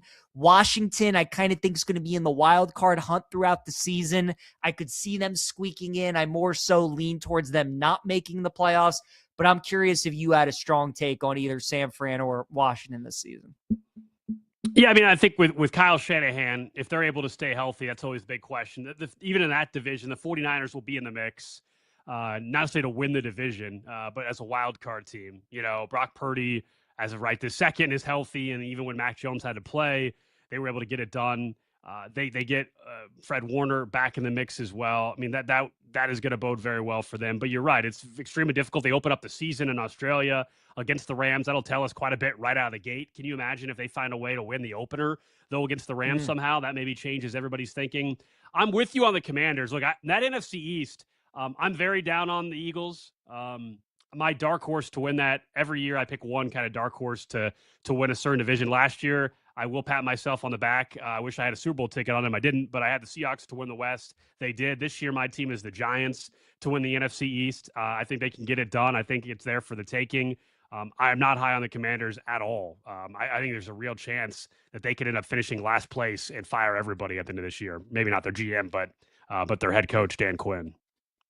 I don't think that's a crazy take. I mean, we've seen this with Dan Quinn. He makes a Super Bowl with Atlanta. They think they got the great next coach, and then it just kind of fizzles out at the end. It's the same thing when he was with the defensive coordinator in Dallas. He's one of those guys, when he's there in the early years, it's great. Then the longer he hangs around, it tends to go the other way. But yeah, Washington, I'm with you, man. I think you could argue of the four teams in the NFC East, like their roster on paper is probably by far the worst, right? Certainly Philly and Dallas have a ton of stars. The Giants, again, with the moves they made this offseason, some of the young complement of players, it's looking pretty good, especially the defensive line is terrific for New York. But yeah, Washington, it's like Jaden Daniels, Terry McLaurin, and not really a lot to like on defense. You got Tunsil there. Certainly on offense, or I should say from a depth chart standpoint, you definitely could argue Washington's got the worst in the division. Yeah, and I know we just go by quarterbacks. Jackson Dart in New York's a big question mark. I get it, and of course, Jaden Daniels has shown far more. But I'm a little worried just overall, as you said, about the roster that exists there in Washington, whereas I think the Giants, as long as the Giants don't go out and trade Kayvon Thibodeau before the start of the season and ruin my bet there and screw up the defensive line there. I know there was some speculation. I think it was ESPN that put out their prediction for the final move every team will make this offseason, right? And so their prediction for the Giants was they trade Kayvon Thibodeau. Their prediction for the Commanders was they signed Tyreek Hill. And they were going through. So, Matt, all of a sudden, Tyreek Hill with Terry McLaurin in that wide receiver room with Jaden Daniels, that makes more sense than going out and getting Brandon Ayuk at this point in time, I guess. Yeah, that defense is going to be good for the Giants. Look, it's tough for me as a Ravens fan to buy into the Giants after what I've seen from Harbaugh the last couple of years, but it'll be interesting. He's had a Super Bowl contender the last handful of years and they haven't been able to come through. Now he's got a team that a lot of people are expecting expectations from, but it would definitely be a good year if they make the postseason. So he's not used to those kinds of expectations. Usually it's Super Bowl or bust with him. I'll be interested to see what he does with the Giants this year. And Alex, if I'm being honest, I'm rooting against them, and I hope that they go 0-17. If I'm being honest, I can sense between you and one of our producers, Grant. I can sense you guys. I understand you were happy Harbaugh's not there. Be careful what you guys wish for. Is all I'll say. Be careful what you guys wish for. I've seen this play out before. You think you got a better option, and you guys might be begging to consistently win the division and get into the postseason. I'm just saying, be careful. That's all. All right, up next, let's talk about the controversy around Caitlin Clark and the way the WNBA continues to handle her in this league after what happened this week. We'll do that next.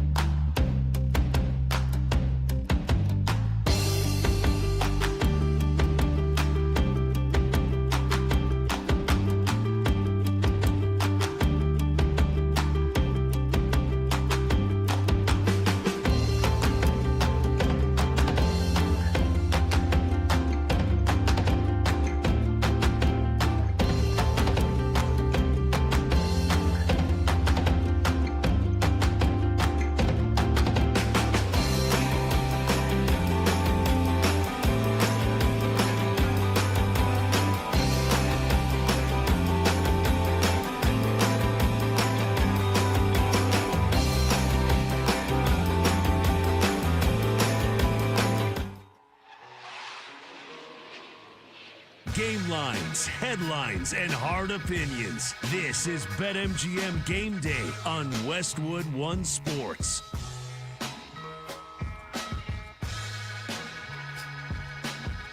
"48 teams are set to compete on the global stage. Join the action with the World's Game Boost Pack over at BetMGM. You'll have 2 chances to boost the odds on your tournament bets. All you have to do is activate one of your boost tokens, and you'll have a chance to boost the odds on your tournament bets, and you'll receive a bigger payout if your bet wins. The world is watching, so make your moment with BetMGM. Coming up in about 15 minutes or so, we'll get right back into the World Cup, of course, with the U.S., who now knows their path moving forward, including a matchup against Bosnia coming up on Wednesday night. Did you see the controversy of the week in the WNBA? I mean, I will say this. Even when it's probably negative press for the league, I guess Caitlin Clark finds a way to get the league some attention, even though this time it was her taking a hit, to say the least, and some fists into the throat and neck area of Caitlin Clark. After the game the following day, Alyssa Thomas was issued a flagrant 2 and a 1-game suspension, and it's prompted much more conversation about how the league is handling Caitlin Clark. And I think, once again, man, it is just honestly strange to me how the league has failed to market their biggest star. I'm not saying that she has to have special rules. That's not what I'm advocating at all. I think it's quite the opposite. It's how come she's not treated the exact same way as everybody else, and that they are not protecting her in that fashion, right? They are letting other players in this league go after her differently than they would allow to go after another player. And it's really strange to me.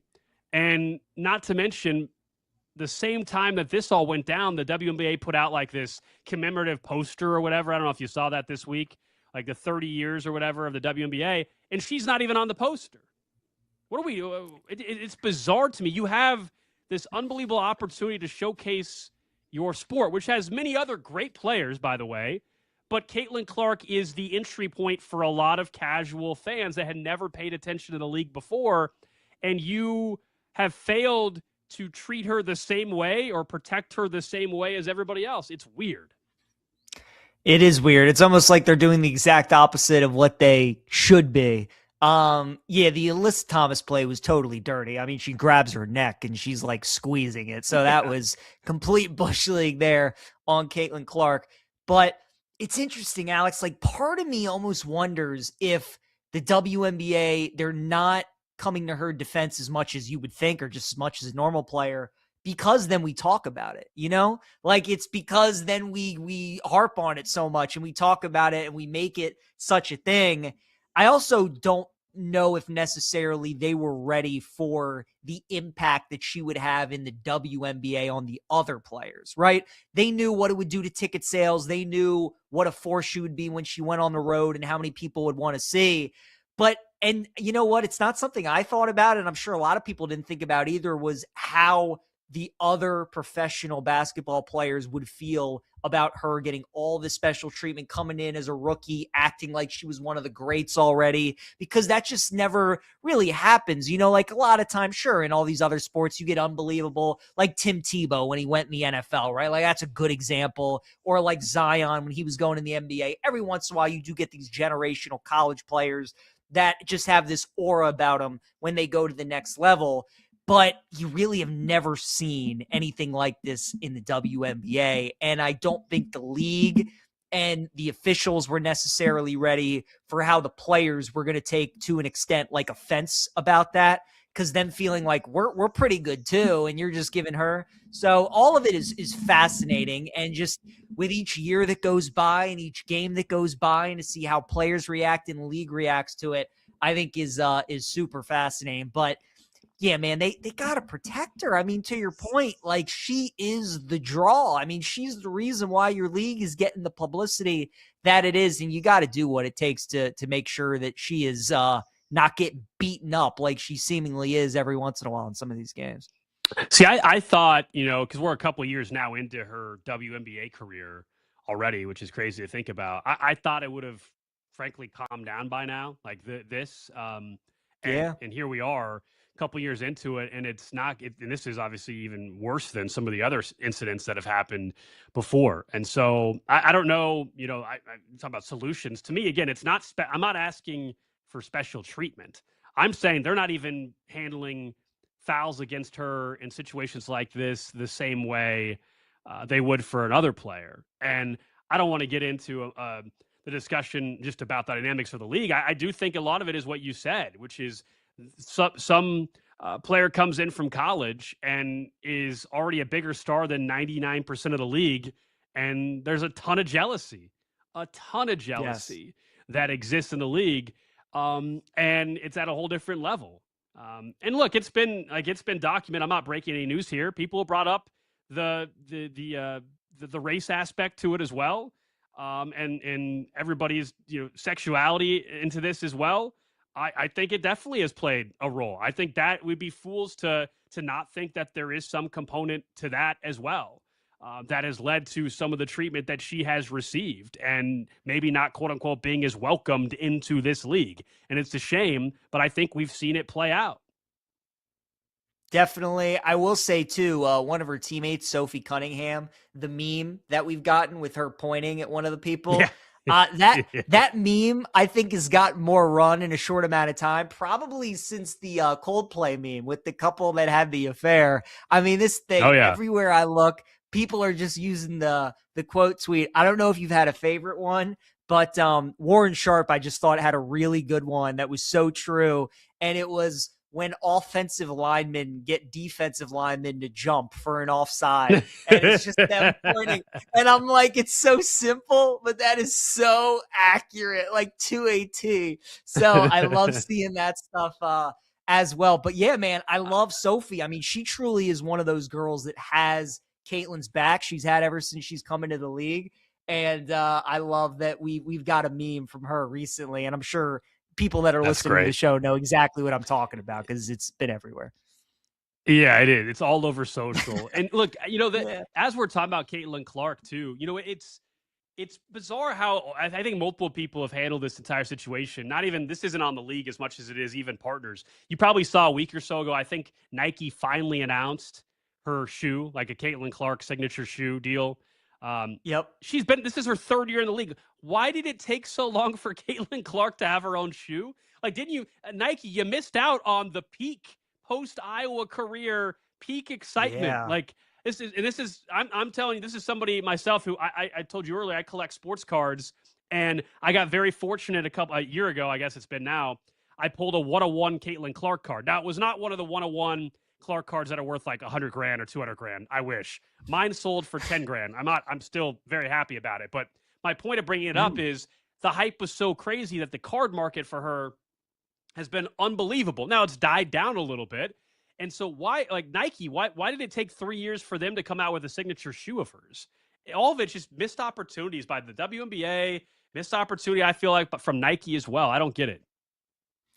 It's bizarre. I didn't realize that. That's a great point. It took him 3 years to get a shoe. Again, yeah, with the trajectory her career was on at Iowa, and you can tell what a big deal she was going to be. Phil Knight and company should have had that thing ready to roll. I guess with NIL, maybe in college, but certainly she was getting ready to go to the program as well. It's bizarre, man. And it sucks for the league too. I'm sure people that love the WNBA have been following it since its existence, want to see it succeed. All the missed opportunities and the way that they're messing up all this Caitlin Clark stuff has to be furious, because you're given a once in a generation opportunity with a player like this. Like we've seen Maya Moore was big in college, and Diana Taurasi was big, and Skylar Diggins was big. I mean, there have been players that have been big in women's college basketball. Nothing like Caitlin Clark. So to see them just not capitalize like they should on this opportunity, I'm sure for a lot of people, it's got to be pretty frustrating. Yeah, the new TV deal they got in large part because of Caitlin Clark. I'll be honest. When her first year in the league, I watched multiple WNBA games, far more than I ever had. I have not watched any so far to start this 2026 season, and the only reason why we're talking about here today is because of what occurred with Caitlin Clark. It was a blatant foul against her that ultimately did result in a suspension. But we'll see. I thought this would go away, and I don't think the treatment of her is going to change anytime soon in the WNBA. Clearly, it's not something that any players in the league are interested in stopping and standing up. And the league, I don't think, has done enough along those same lines. All right, coming up next here on Westwood One Sports, he's PJ Glasser. I'm Alex Gold. Of course, you guys can watch the show on YouTube and Twitch. Search BetMGM tonight. Let's get right back into the World Cup. The U.S. men's national team, did what they did against Turkey in that loss actually change your opinion on how they're performing heading in to their game against Bosnia? We'll look at the updated path and some of the betting odds over at BetMGM as we continue here on BetMGM Game Day.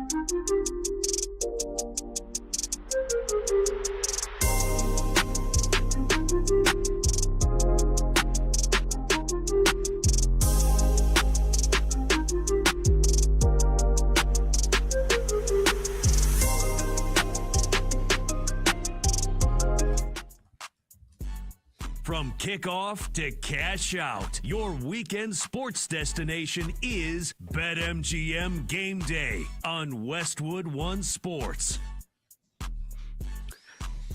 Final hour of the show here on BetMGM Game Day. Alex Gold, PJ Glasser with you. PJ filling in for Austin Huff today. You guys know you can interact on the call. Text line 310-840-4910. 310-840-4910. Also on YouTube and Twitch. Search BetMGM tonight. And you can also listen anywhere in the country on our affiliates and also on SiriusXM channel 375 or the Westwood One Sports app, the Odyssey app. Plenty of ways to consume this show. And this segment in particular, sponsored by Progressive Commercial Insurance, protecting your business vehicles 24/7. See if you can save at progressivecommercial.com. Let's get right back into the World Cup, though, PJ, and the U.S. men's national team and how they handled Turkey the other night and that performance where they end up giving up a goal late in stoppage time, the 98th minute. They drop it. They're unable to have the perfect group stage. And I know we all wanted them to have momentum heading into the game now against Bosnia, which is first up in the knockout round. But when I tell you, let's say it was the NFL equivalent, I tell you it's week 17, or I guess week 18 of the NFL season, and your Ravens had it locked up, the AFC North.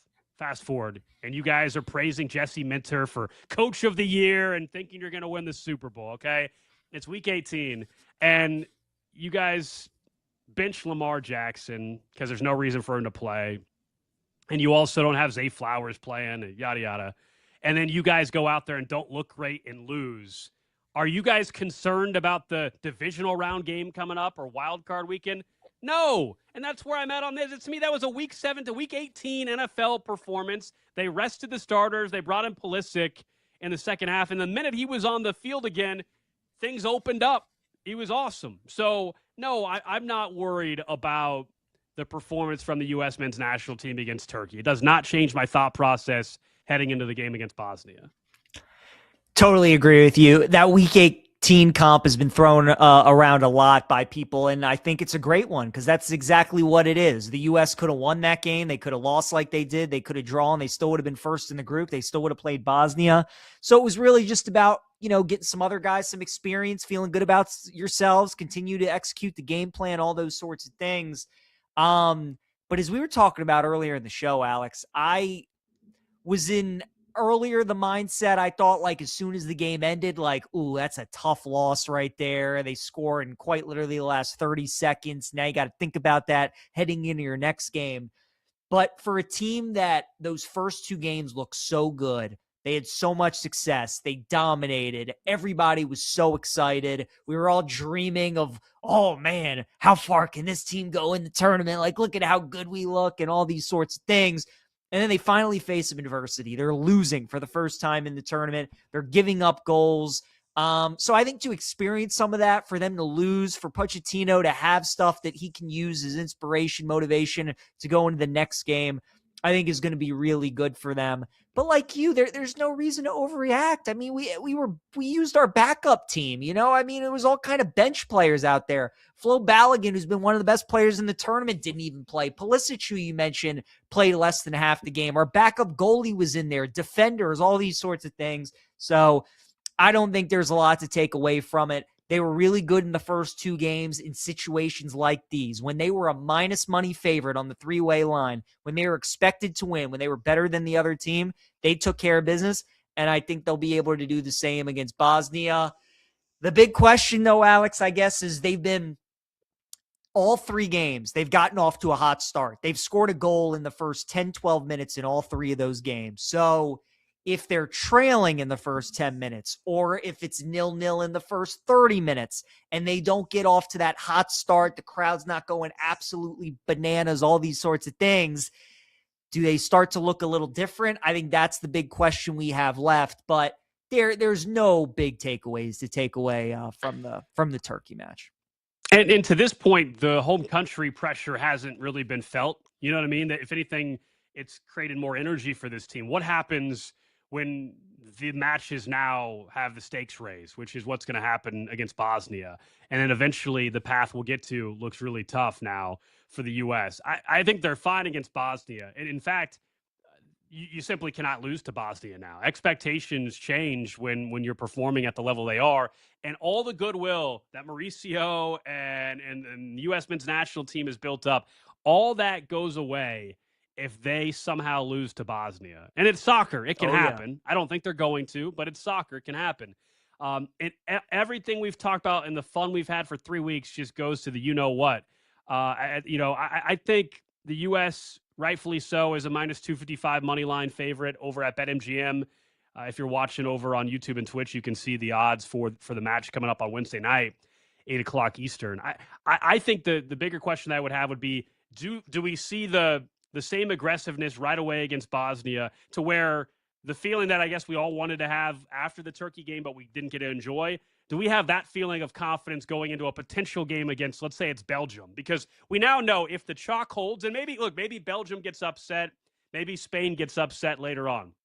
But the U.S. likely will play Belgium, then Spain, then France, and if you got in this dream scenario of a final, then you play Argentina. I don't think anybody's worried about having to play Argentina. It's the damn final at that point in time. I think we'll live with it. Or even the semifinal against Mbappe in France. But it is crazy. Yamal, Mbappe, and Messi could be 3 straight matches for this team if they go on a very deep run.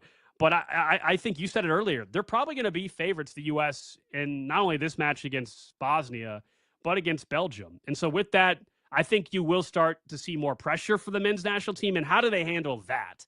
That's what we haven't seen. Right now, they've been playing pressure-free, I would say, for the most part.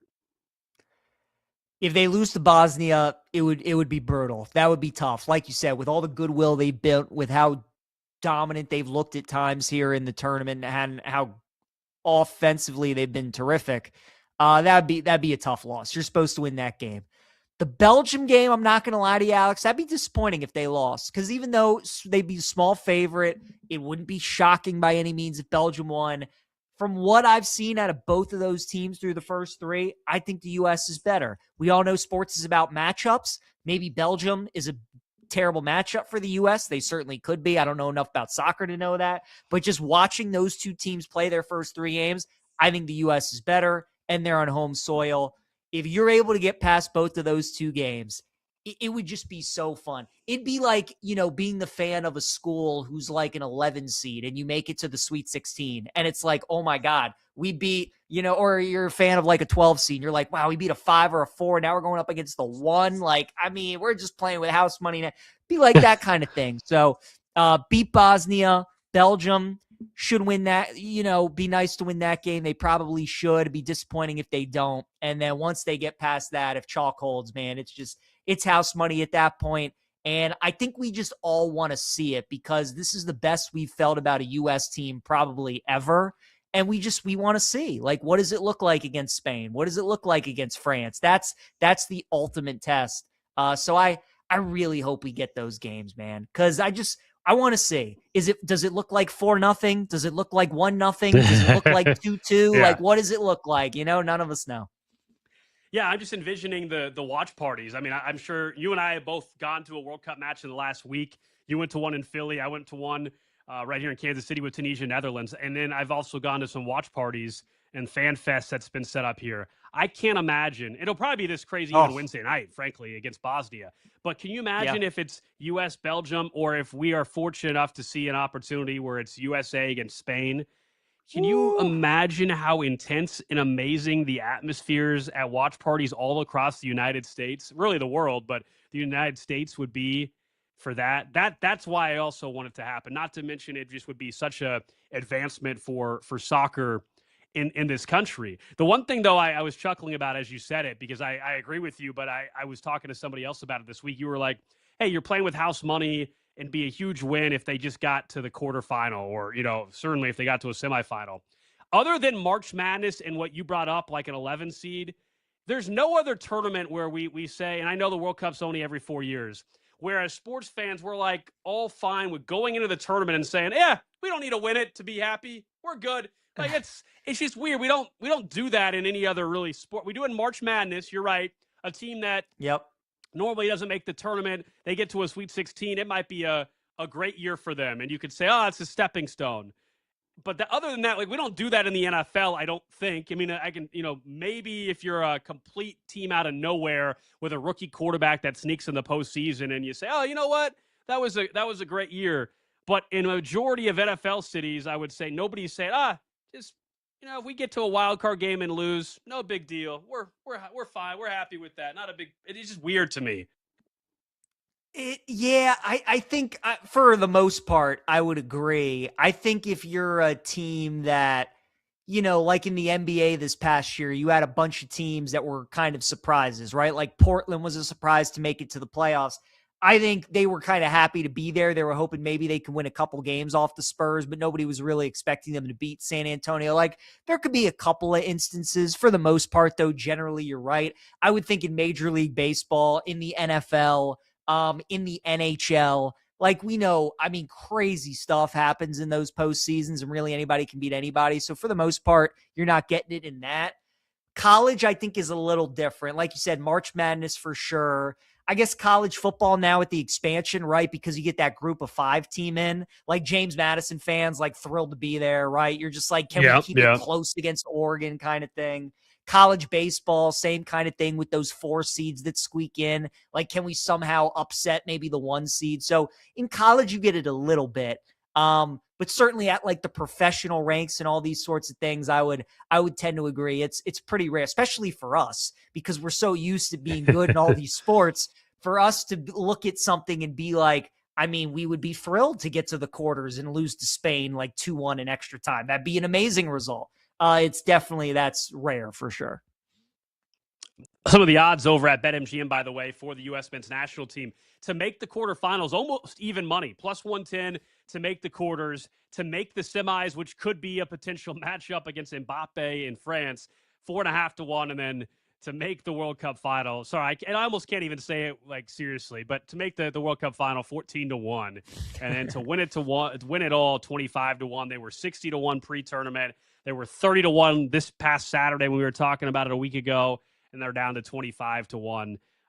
Unless you gave me a free bet over at BetMGM, I'm not making a 25 to 1 bet on the U.S. men's national team to win. I'm sorry. Although I don't know what you made of. Who was it? Was it Clint Dempsey? I can't remember who it was that made the comment that said the U.S. has zero chance to win or will never win the World Cup or something like that because they can't string together 3 or 4 wins together against high quality competition like this. Oh yeah, I think that was like Dempsey, maybe Tim Howard. It was one of those. Tim Howard. Sorry, Clint. It was Tim. You're right. Sorry, Clint Dempsey. It was Tim Howard. Yeah, I think he was on the pod with like Landon Donovan or something. They were talking about that. I remember that. And I mean, to his point, like Belgium, Spain, France, and Argentina. That is brutal. That is brutal. There's no way I'd bet the 25 to 1 for the U.S. to win it. But PJ, I'm with you. But you know how we'll do this as sports fans. If the U.S. gets to the Spain match and looks amazing, we will all convince ourselves that they'll beat Spain. And if U.S. somehow beats Spain, we'll say, well, hey, nobody thought we would beat Yamal and Spain. Why can't we beat France? Like, I know that's just what we do as sports fans, right? Although I recognize France is a whole different level. And heck, Spain is a whole different level. And then Argentina is a completely different animal on top of that. Do you emotionally hedge with any of your teams? Because I'm already thinking about if the U.S. played Spain and they go up 1-0 in that game, I would absolutely bet Spain to advance at plus money in that moment. Just hoping that, you know what? If the U.S. wins, unbelievable. And if they lose, then at least I got my Spain winning bet. I don't know if you do it for any of your teams or if like U.S. soccer, maybe you would do something like that because, again, it's just kind of hard to fathom them beating a team like that. But, as we're talking about this stuff, like, is that something you would consider? U.S. plays Spain, they go up 1-0. Would you live bet Spain? I wouldn't because I don't want to be at a watch party with a live bet I all of a sudden put in on Spain, and I am, money on the line, somewhat happy that Spain. No, I don't want to be in that spot. Are you kidding me? Absolutely not. Not when it's involving the U.S. men's national team. Have I bet against the Royals?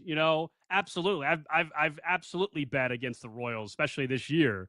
I usually don't bet against the Chiefs. I just usually don't bet Chiefs games as far as money line stuff. I usually do prop bets. So yeah, I guess Chiefs are the best team.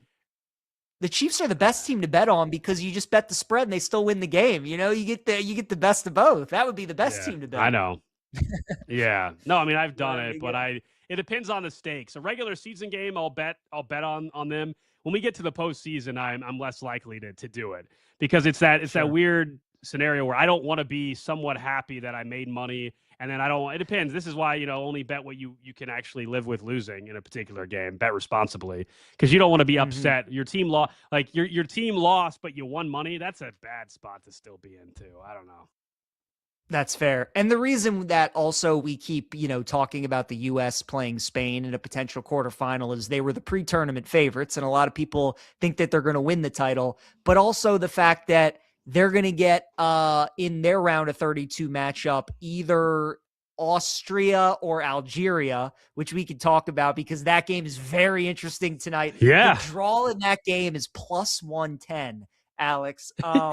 Because it's like nobody wants to win. I mean, do you want to win that game and play Spain? Probably not. Both of those teams are already through for the most part. So a lot of people just feel like that's going to be a 0-0 game. You get a draw and hopefully the tiebreakers, it's very interesting and that's pretty funny. Yeah. And then I was just going to say that Spain, if they were to beat the winner of Austria and Algeria, then they get the second team in Group L or the second team in Group K, which could end up potentially being Portugal and maybe England if some wonky stuff happened today. So that could kind of be a little interesting, but you're probably looking at like Croatia and Colombia, we would think. So, yeah, going back to Algeria and Austria. Yeah, tonight that's a match that's like 25 minutes from where I'm broadcasting from right now. And I'm like, I can't imagine going, it's still a World Cup match. So if you had tickets, you should go. But going to the match knowing there's a real chance that neither team is going to want to score as you're going into the match is a bizarre, I think, situation to be in as a sports fan, knowing the scenario that exists there. And now, look, Algeria has become a cool local story. The Lawrence has kind of adopted them, which is about, and also 30 minutes west of where I'm from. So the stadium's 30 minutes east of me. Lawrence is 30 minutes west.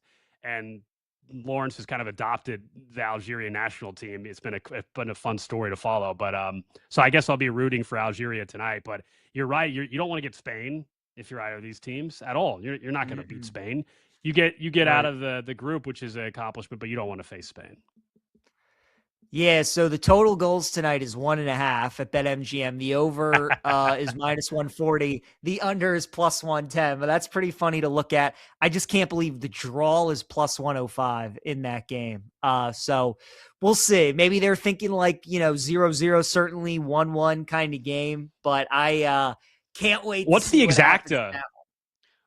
What's the odds at BetMGM on the exacta being just 0-0 draw or 1-1 draw? I would love to know what that bet looks like. The draw you said is plus 110, but what's 0-0 exacta or 1-1? Because 0-0 is plus 300, 1-1 is plus 360. That's insane that it's 3-1 for a 0-0 draw. That's 3-1. That it's only 3-1. Because you go look that up for Portugal, Colombia. What is 0-0 draw? 6-1? Or am I way off? I thought it'd be 5-1. 6. Yeah, I mean, Croatia, Ghana is plus 625 is 0-0. Okay, so there you go. Okay, that's my point. Yeah. Yeah. Colombia, Portugal, correct score 0-0 would be plus 1250. So. Yeah, so that's insane to see a World Cup match at 3-1 odds for it to be 0-0. Oh man, but that's what's at stake, given the potential path. All right, coming up next here on BetMGM Game Day. Man, oh man, that's just kind of crazy to think about. Let's talk some Major League Baseball and the proposal that's out there from the league towards the players and why it is dangerous territory, unfortunately, for sports fans to potentially not have baseball happen on time next year. That's coming up next. BetMGM Game Day, your weekend sports authority. Westwood One Sports.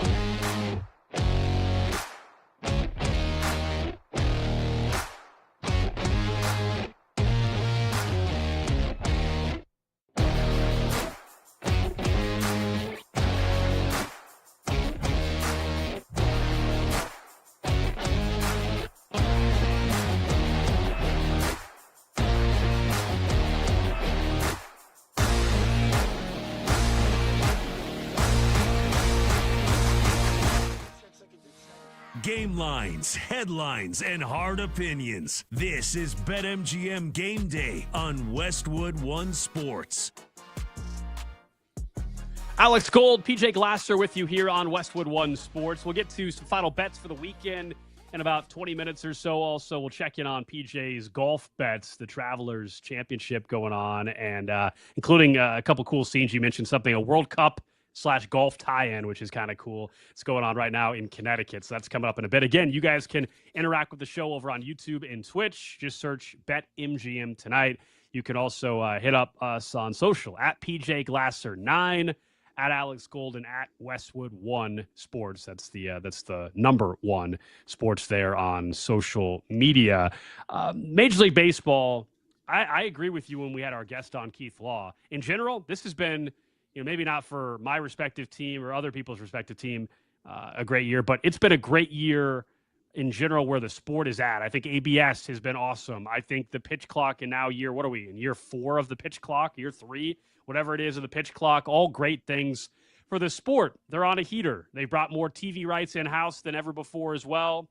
So then we know that the CBA expires at the end of this year, and that means we're all, I think, pretty worried that we're going to miss games in 2027. And I know it's the early part of the negotiation. After all, we haven't turned the calendar to July quite yet. And so both sides are going to be far apart in any negotiation when we're this far out of a deadline. But, man, it's concerning when I see the reaction to the latest proposal from Major League Baseball. And I frankly see the proposal, period, because the owners have to know so much of this is a non-starter with players. For example, in the next CBA, the league is proposing a max contract length of 5 years for free agent players switching teams, or 6 years to retain their own players. No deferred contracts. That's something that's probably a no-brainer. But qualifying offer, they want to get rid of it.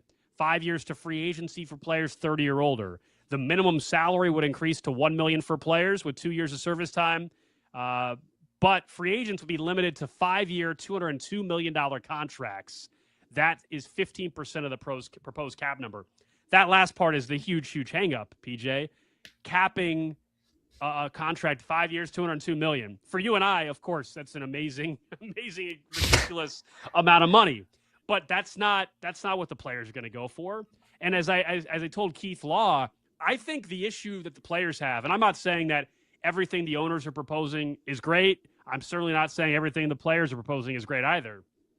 But fans, more than ever, I feel like are on the side of the owners here. They are winning the PR battle because the owners smartly in their messaging are making it all about the one thing that a majority of fans are sick and tired of in baseball, which is the lack of competitive balance. Saying that out loud and claiming you're trying to fix that, that's a winning message. It just is. Now, I'm not even saying everything they're proposing is going to actually solve it. I'm just acknowledging that if you tell the casual fan that wants their team to be more competitive in baseball, that you're going to get rid of deferred contracts or that you're going to create a salary cap and all this, that's a winning argument for a lot of fans out there, and that's the struggle that the players have in terms of fan sentiment and PR. And I know the fans aren't voting on the CBA, but public perception is a big deal in these negotiations and who fans side with, and when the narrative gets really ugly in January and February when we get close to missing baseball. I mean, look, they were getting me on board when it was what I loved, Alex, was the initial reports when they were talking about how there was going to be a floor for the salary cap where I think teams had to spend like $160 million every year. And I'm like, well, this is great. You mean the Marlins, the Rockies, the A's, all these teams are going to have to spend at least $160 million every year. We were talking with Keith Law earlier, though. He said it. Frankly, this is just a waste of time, though, with the things that they're throwing out. Like, you just know the players are never going to agree to this amount of stuff. And the reason being is they just look at their peers and they look at the deals that Ohtani got and that Soto got and the amount of years that all these players have been able to sign for. And now you're telling them that there's going to be a cap and they can only get this amount of money and they can only sign for this amount of years. It's they're just very, very far apart. So there are parts, as you would imagine, of each that I like. They're going to have to find the middle ground, which we know is going to take some time. I do think they're going to end up missing games, but hopefully it's not a lot. And ultimately, both sides are going to want their money, which is why they'll come back and we'll play some baseball games. But yeah, it's just with each proposal that comes out, it's very interesting to see because there's so many different sides, Alex. I mean, one, it's the draft. Another, it's the salary. Now it's the amount of years that these people are getting. So all the different areas that they're trying to cross off with these negotiations. And it just seems like, one side proposes something and you're like, there's no chance that the other side is going to go for this. They're very far apart. But ultimately, I think we're at a good starting point where I like the fact that these teams have to spend a minimum amount of money every single year. It's just the cap part of it is where obviously you're going to have the big negotiations where the players are going to try and get as much as they can. And I think the worry for anybody that, like, I was very, very young the last time we had a strike or a lockout, I should say, a true lockout in baseball, 1994, right? And in the 95 season. But we know the consequences of that, and we know it took the home run chase with McGuire and Sosa for a lot of fans to come back, and some never came back to the sport. And because the sport's in such a good spot, it's really dangerous for this league to risk missing games, though. And certainly if they had to miss a whole year, the entertainment dollar is spread thinner than ever before. One, people are just struggling to afford stuff anyway, let alone, I tell you, compared to 1994, we didn't have Netflix. We didn't have all this stuff. We didn't have all these other entertainment options for people to spend their money on. And now we do. And people's attention span is shorter than ever. And people move on with their life to the next hot thing and the next thing that draws their attention. And that's the danger that baseball is in right now. If they miss 3 weeks of the season, everything's fine. It sucks, but everybody will move on. If you and I are sitting here next June doing this show and there's still not baseball, that has devastating consequences forever for the sport. No question. As you know, in life, sometimes absence makes the heart grow fonder. And maybe this will be one of those cases where if they do miss 3 weeks a month, people will get there end of April, early May, and they'll be like, man, I miss baseball right now. Like, can we just figure this out? And it'll be more inclined for people to come out and go to the ballpark, and maybe they'll make up a little bit more of that money. You'll see way more sellouts in the dog days of summer than you would have if they had a full 162. So there's a potential you can get some of that back. I agree with you, though. It's really all about the amount of games that you miss. I think a month is where you're looking at where you shouldn't do too much damage.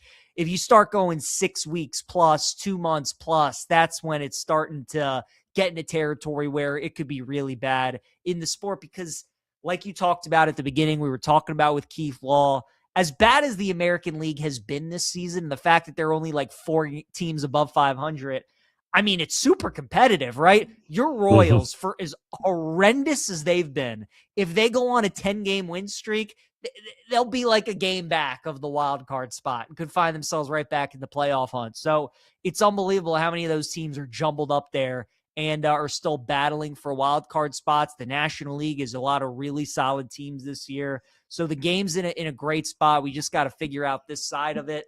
And it's definitely going to take a lot longer than we all want it to, but hopefully they can come to a decision on this CBA relatively soon. Everybody's favorite, millionaires and billionaires arguing with each other. It's everybody's favorite thing to see play out in the public eye. And it definitely won't be the last time we are talking about the CBA. Long ways to go, man. We haven't even reached the first deadline, which is the end of the year. And then the next deadline's spring training, and then the next deadline is opening day. So we got 3 more deadlines or so to hit before we actually, I think, get any real progress, unfortunately, with these particular talks.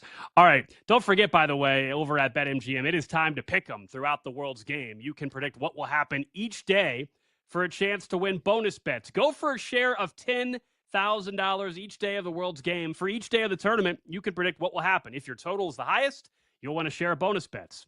Pretty simple how to get the offer. 3 easy steps.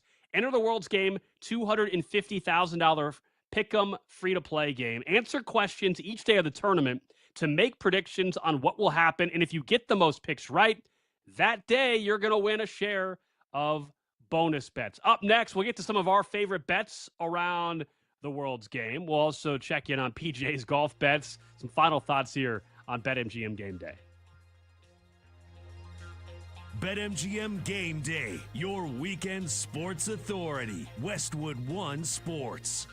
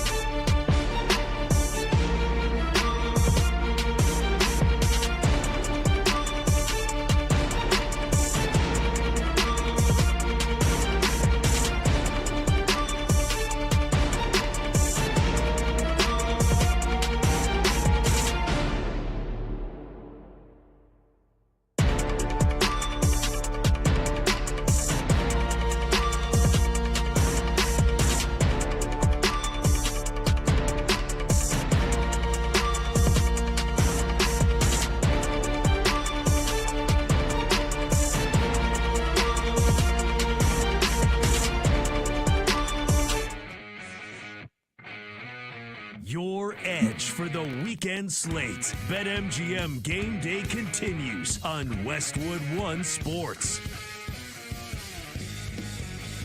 Alex Gold, PJ Glasser here on BetMGM Game Day. We'll get to some of our favorite bets heading into the rest of today and the weekend. Let us know if you guys have any action on anything today as well over at BetMGM. You guys can let us know in the chat on Twitch and YouTube. Search BetMGM tonight. You can also text in to 310-840-4910, 310-840-4910, or hit us up on X or Instagram at PJGlasser9, at Alex Gold, if you want to send us your bet slip. What are you betting on a little bit later on today? Let me start with your golf, and then we'll work our way back maybe to the World Cup. I know there's a couple bets I've been eyeing. Unfortunately, I did have a bet during the show today. The Yankees game, I did a quick little no-run first inning, and there was a leadoff home run against Garrett Cole, which did not make me happy. That was back like 2.5 hours ago. I'm not over it yet, but I was not happy about that. What are you betting golf-wise? You got a couple bets I know you're watching. I do. I got three guys, Justin Thomas, Brian Harmon, who have both finished for the day. I bet them top 20 and to win. They're both at 11 under, which is tied for 14th right now. So top 20 market's looking solid. And then the third guy I bet was Patrick Cantlay, top 20 and to win. And he's fourth right now. He's at 14 under, although I'm watching, he's making an absolute mess of the par 5. So he's probably going to bogey this hole and drop a shot. Maybe he can save par, which would be nice. But I'm sweating out those three guys. We got ourselves some sweats going into a Sunday, which is what we always want. And then Victor Hovland and Scotty Scheffler are tied for the lead right now at 17 under. But what's really cool about Hovland, he's from Norway, with Norway playing in New York and Boston in their last 2 World Cup games. You got a bunch of those fans in the area. So a couple of them made the drive over to Connecticut to cheer on their boy Victor, who's a proud Norwegian, nice. which is really cool. So you got a bunch of guys walking around the course with the Norway flags and all those sorts of things as they get to watch him play with the world number 1 and Scotty Scheffler. So some good golf going on right now in the Travelers, and just a little bit different than what we saw at the U.S. Open last week with Shinnecock, with scores at 17 and 16 under par this week. Yeah, quite the adjustment. That is neat, though, with Hovland and seeing the Norwegians there follow him around, and they've been having a great time in their arrival in the United States for the World Cup as well. Thinking of the World Cup, all right, let's take a look at some of the bet opportunities today. We know 2 matches get going here, an hour and 15 minutes or so from now. Croatia, Ghana, Panama, and England. We've talked about some of the scenarios with some of these other matches. I don't know about you, and I'm hoping I'm not falling into a trap here based on what I saw Ghana do against England. We know Ghana's not afraid to just pack it in and park the bus a little bit. I'm kind of tempted. I'm taking a look at the over-under, total goals over-under in 90 minutes. I can go under 1.5 goals at plus 180 right now, it looks like, at BetMGM. Under 2.5 goals, it gets up to minus 175 over at BetMGM. I kind of like the under, so I think I haven't put the bet in yet. I'm looking at betting an under in Croatia, Ghana when I get off the air here, and then also going to go ahead and do the under in the Colombia-Portugal game, because I think based on the result, Colombia is fine with the draw in that match. We know Portugal has to win, but could Colombia try to park the bus a little bit more than they have?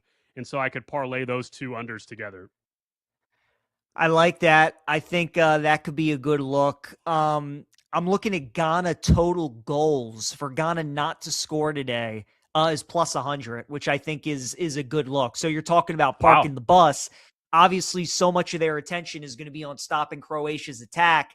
They're not going to have many opportunities to score themselves. I think getting even money on Ghana not to score today for a team that wants to play a low-scoring game, I like your under, but that could be another way to attack it, certainly. England and Panama, no bet for me. I think England's going to win. I think they're going to score a bunch of goals. I'm staying away. If you were going to bet England today, I think taking a shot with some of the guys, anytime goal scorers, would probably be the way to go. Harry Kane's minus 250, so maybe not that, but maybe some of the other ones to look at England to score a goal today. Jude Bellingham plus 165. I don't hate that one at all. Saka's plus 155. So you got some good options there if you want to go with England to score. Yeah, that Colombia-Portugal game I think is going to be the one to watch today. That 2 really good teams. I kind of think Colombia might be just as good, Alex. If not, maybe just slightly worse. And you're getting them like minus 130, that double chance to tie or to win. As you mentioned, they just need to draw and they win the group. So kind of like that look a little bit today as well. And then no bets in the other games for me. But Algeria and Austria is certainly interested to watch just to see is anybody going to win that game? Does anybody want to win that game? That's going to be a fun one.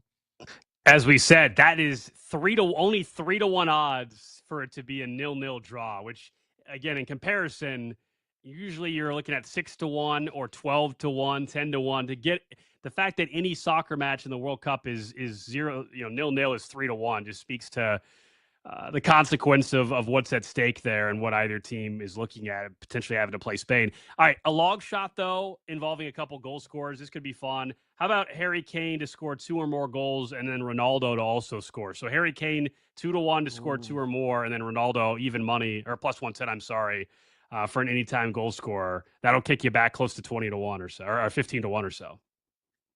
It's not a bad look. And can I tell you, they're actually giving us Messi today, too. He's minus 225 to score a goal. Right. So you and I were talking about we don't know why Argentina would play him, why risk injury or, anything like that. Red card. I don't think Messi would get one, but who knows? I mean, if they're pricing Messi at minus 225, I think you got to throw him into that, too. So I certainly like the Ronaldo Harry Kane look, but I mean, clearly the books think Messi's playing. I don't know if he's going to play the full 90, but they think he's going to play. So maybe you throw him in there as well. Yeah. Yeah, BetMGM lists him, but I'll be honest, BetMGM lists him. I'm looking at a couple other books. Some other books don't even have Messi on the board. Yeah, it looks from what I can see here to score a goal. Okay. So they don't even give me the option to bet him. So we'll find out. To wait a little bit, maybe. Jordan, Argentina. We got till 10 o'clock tonight Eastern time. For got that a lot of to time. Place a bet and learn a little bit more about what's gonna happen there. That's interesting, though. Because if you just parlay Messi and Harry Kane together just to score a goal, you should get right around even money. Harry Kane's going to play the full 90, so no issue there. The Messi one is a little worrisome, and I don't love it at minus 225. So if you're going to play it again, I think probably like a parlay is the way to go. But that is pretty interesting that BetMGM is offering it. Like you said, some of the other books are not. Yeah, and if you're just going, if you don't like the Harry Kane 2 or more goals, you can go Harry Kane anytime goal scorer today with Ronaldo. Ronaldo, again, is that Colombia-Portugal game. Harry Kane is Panama-England. Kane to score, Ronaldo to score, parlay together. Looks like it's just over 2-1 odds, plus 205. Is another opportunity, kind of another one that I'll be looking at this afternoon/evening. So, yeah, we got those 6 games today. And then round of 32 matchups, Alex. We already got a bunch of these set for the most part with some lines and everything. This Netherlands-Morocco game everybody's pointing to is the one that's probably going to be the best of these games on paper. That could easily be like a quarterfinal kind of matchup. Super interesting. I mean, a clash of styles. Netherlands offense has been on fire. They've been scoring a bunch of goals. Morocco's a good defensive team. They kind of want to win games in the mud. So style of play could be interesting there. I kind of like to draw a little bit at plus 220. I think that if I had to play, I don't know if I'll play anything in that game, but that's certainly something that interests me. I'll tell you what team I am going to bet. I'm not going to bet them on the 3-way line, but I will bet them to advance. I think Japan's going to take down Brazil. I really do. Oh, I think okay. Japan, man, that's a team that knows what they are. They're great defensively. They played to a 2-2 draw against Netherlands earlier. A lot of people came into this tournament a little bit skeptical of Brazil, and I can kind of see why. They've probably been up to this point what they thought they would.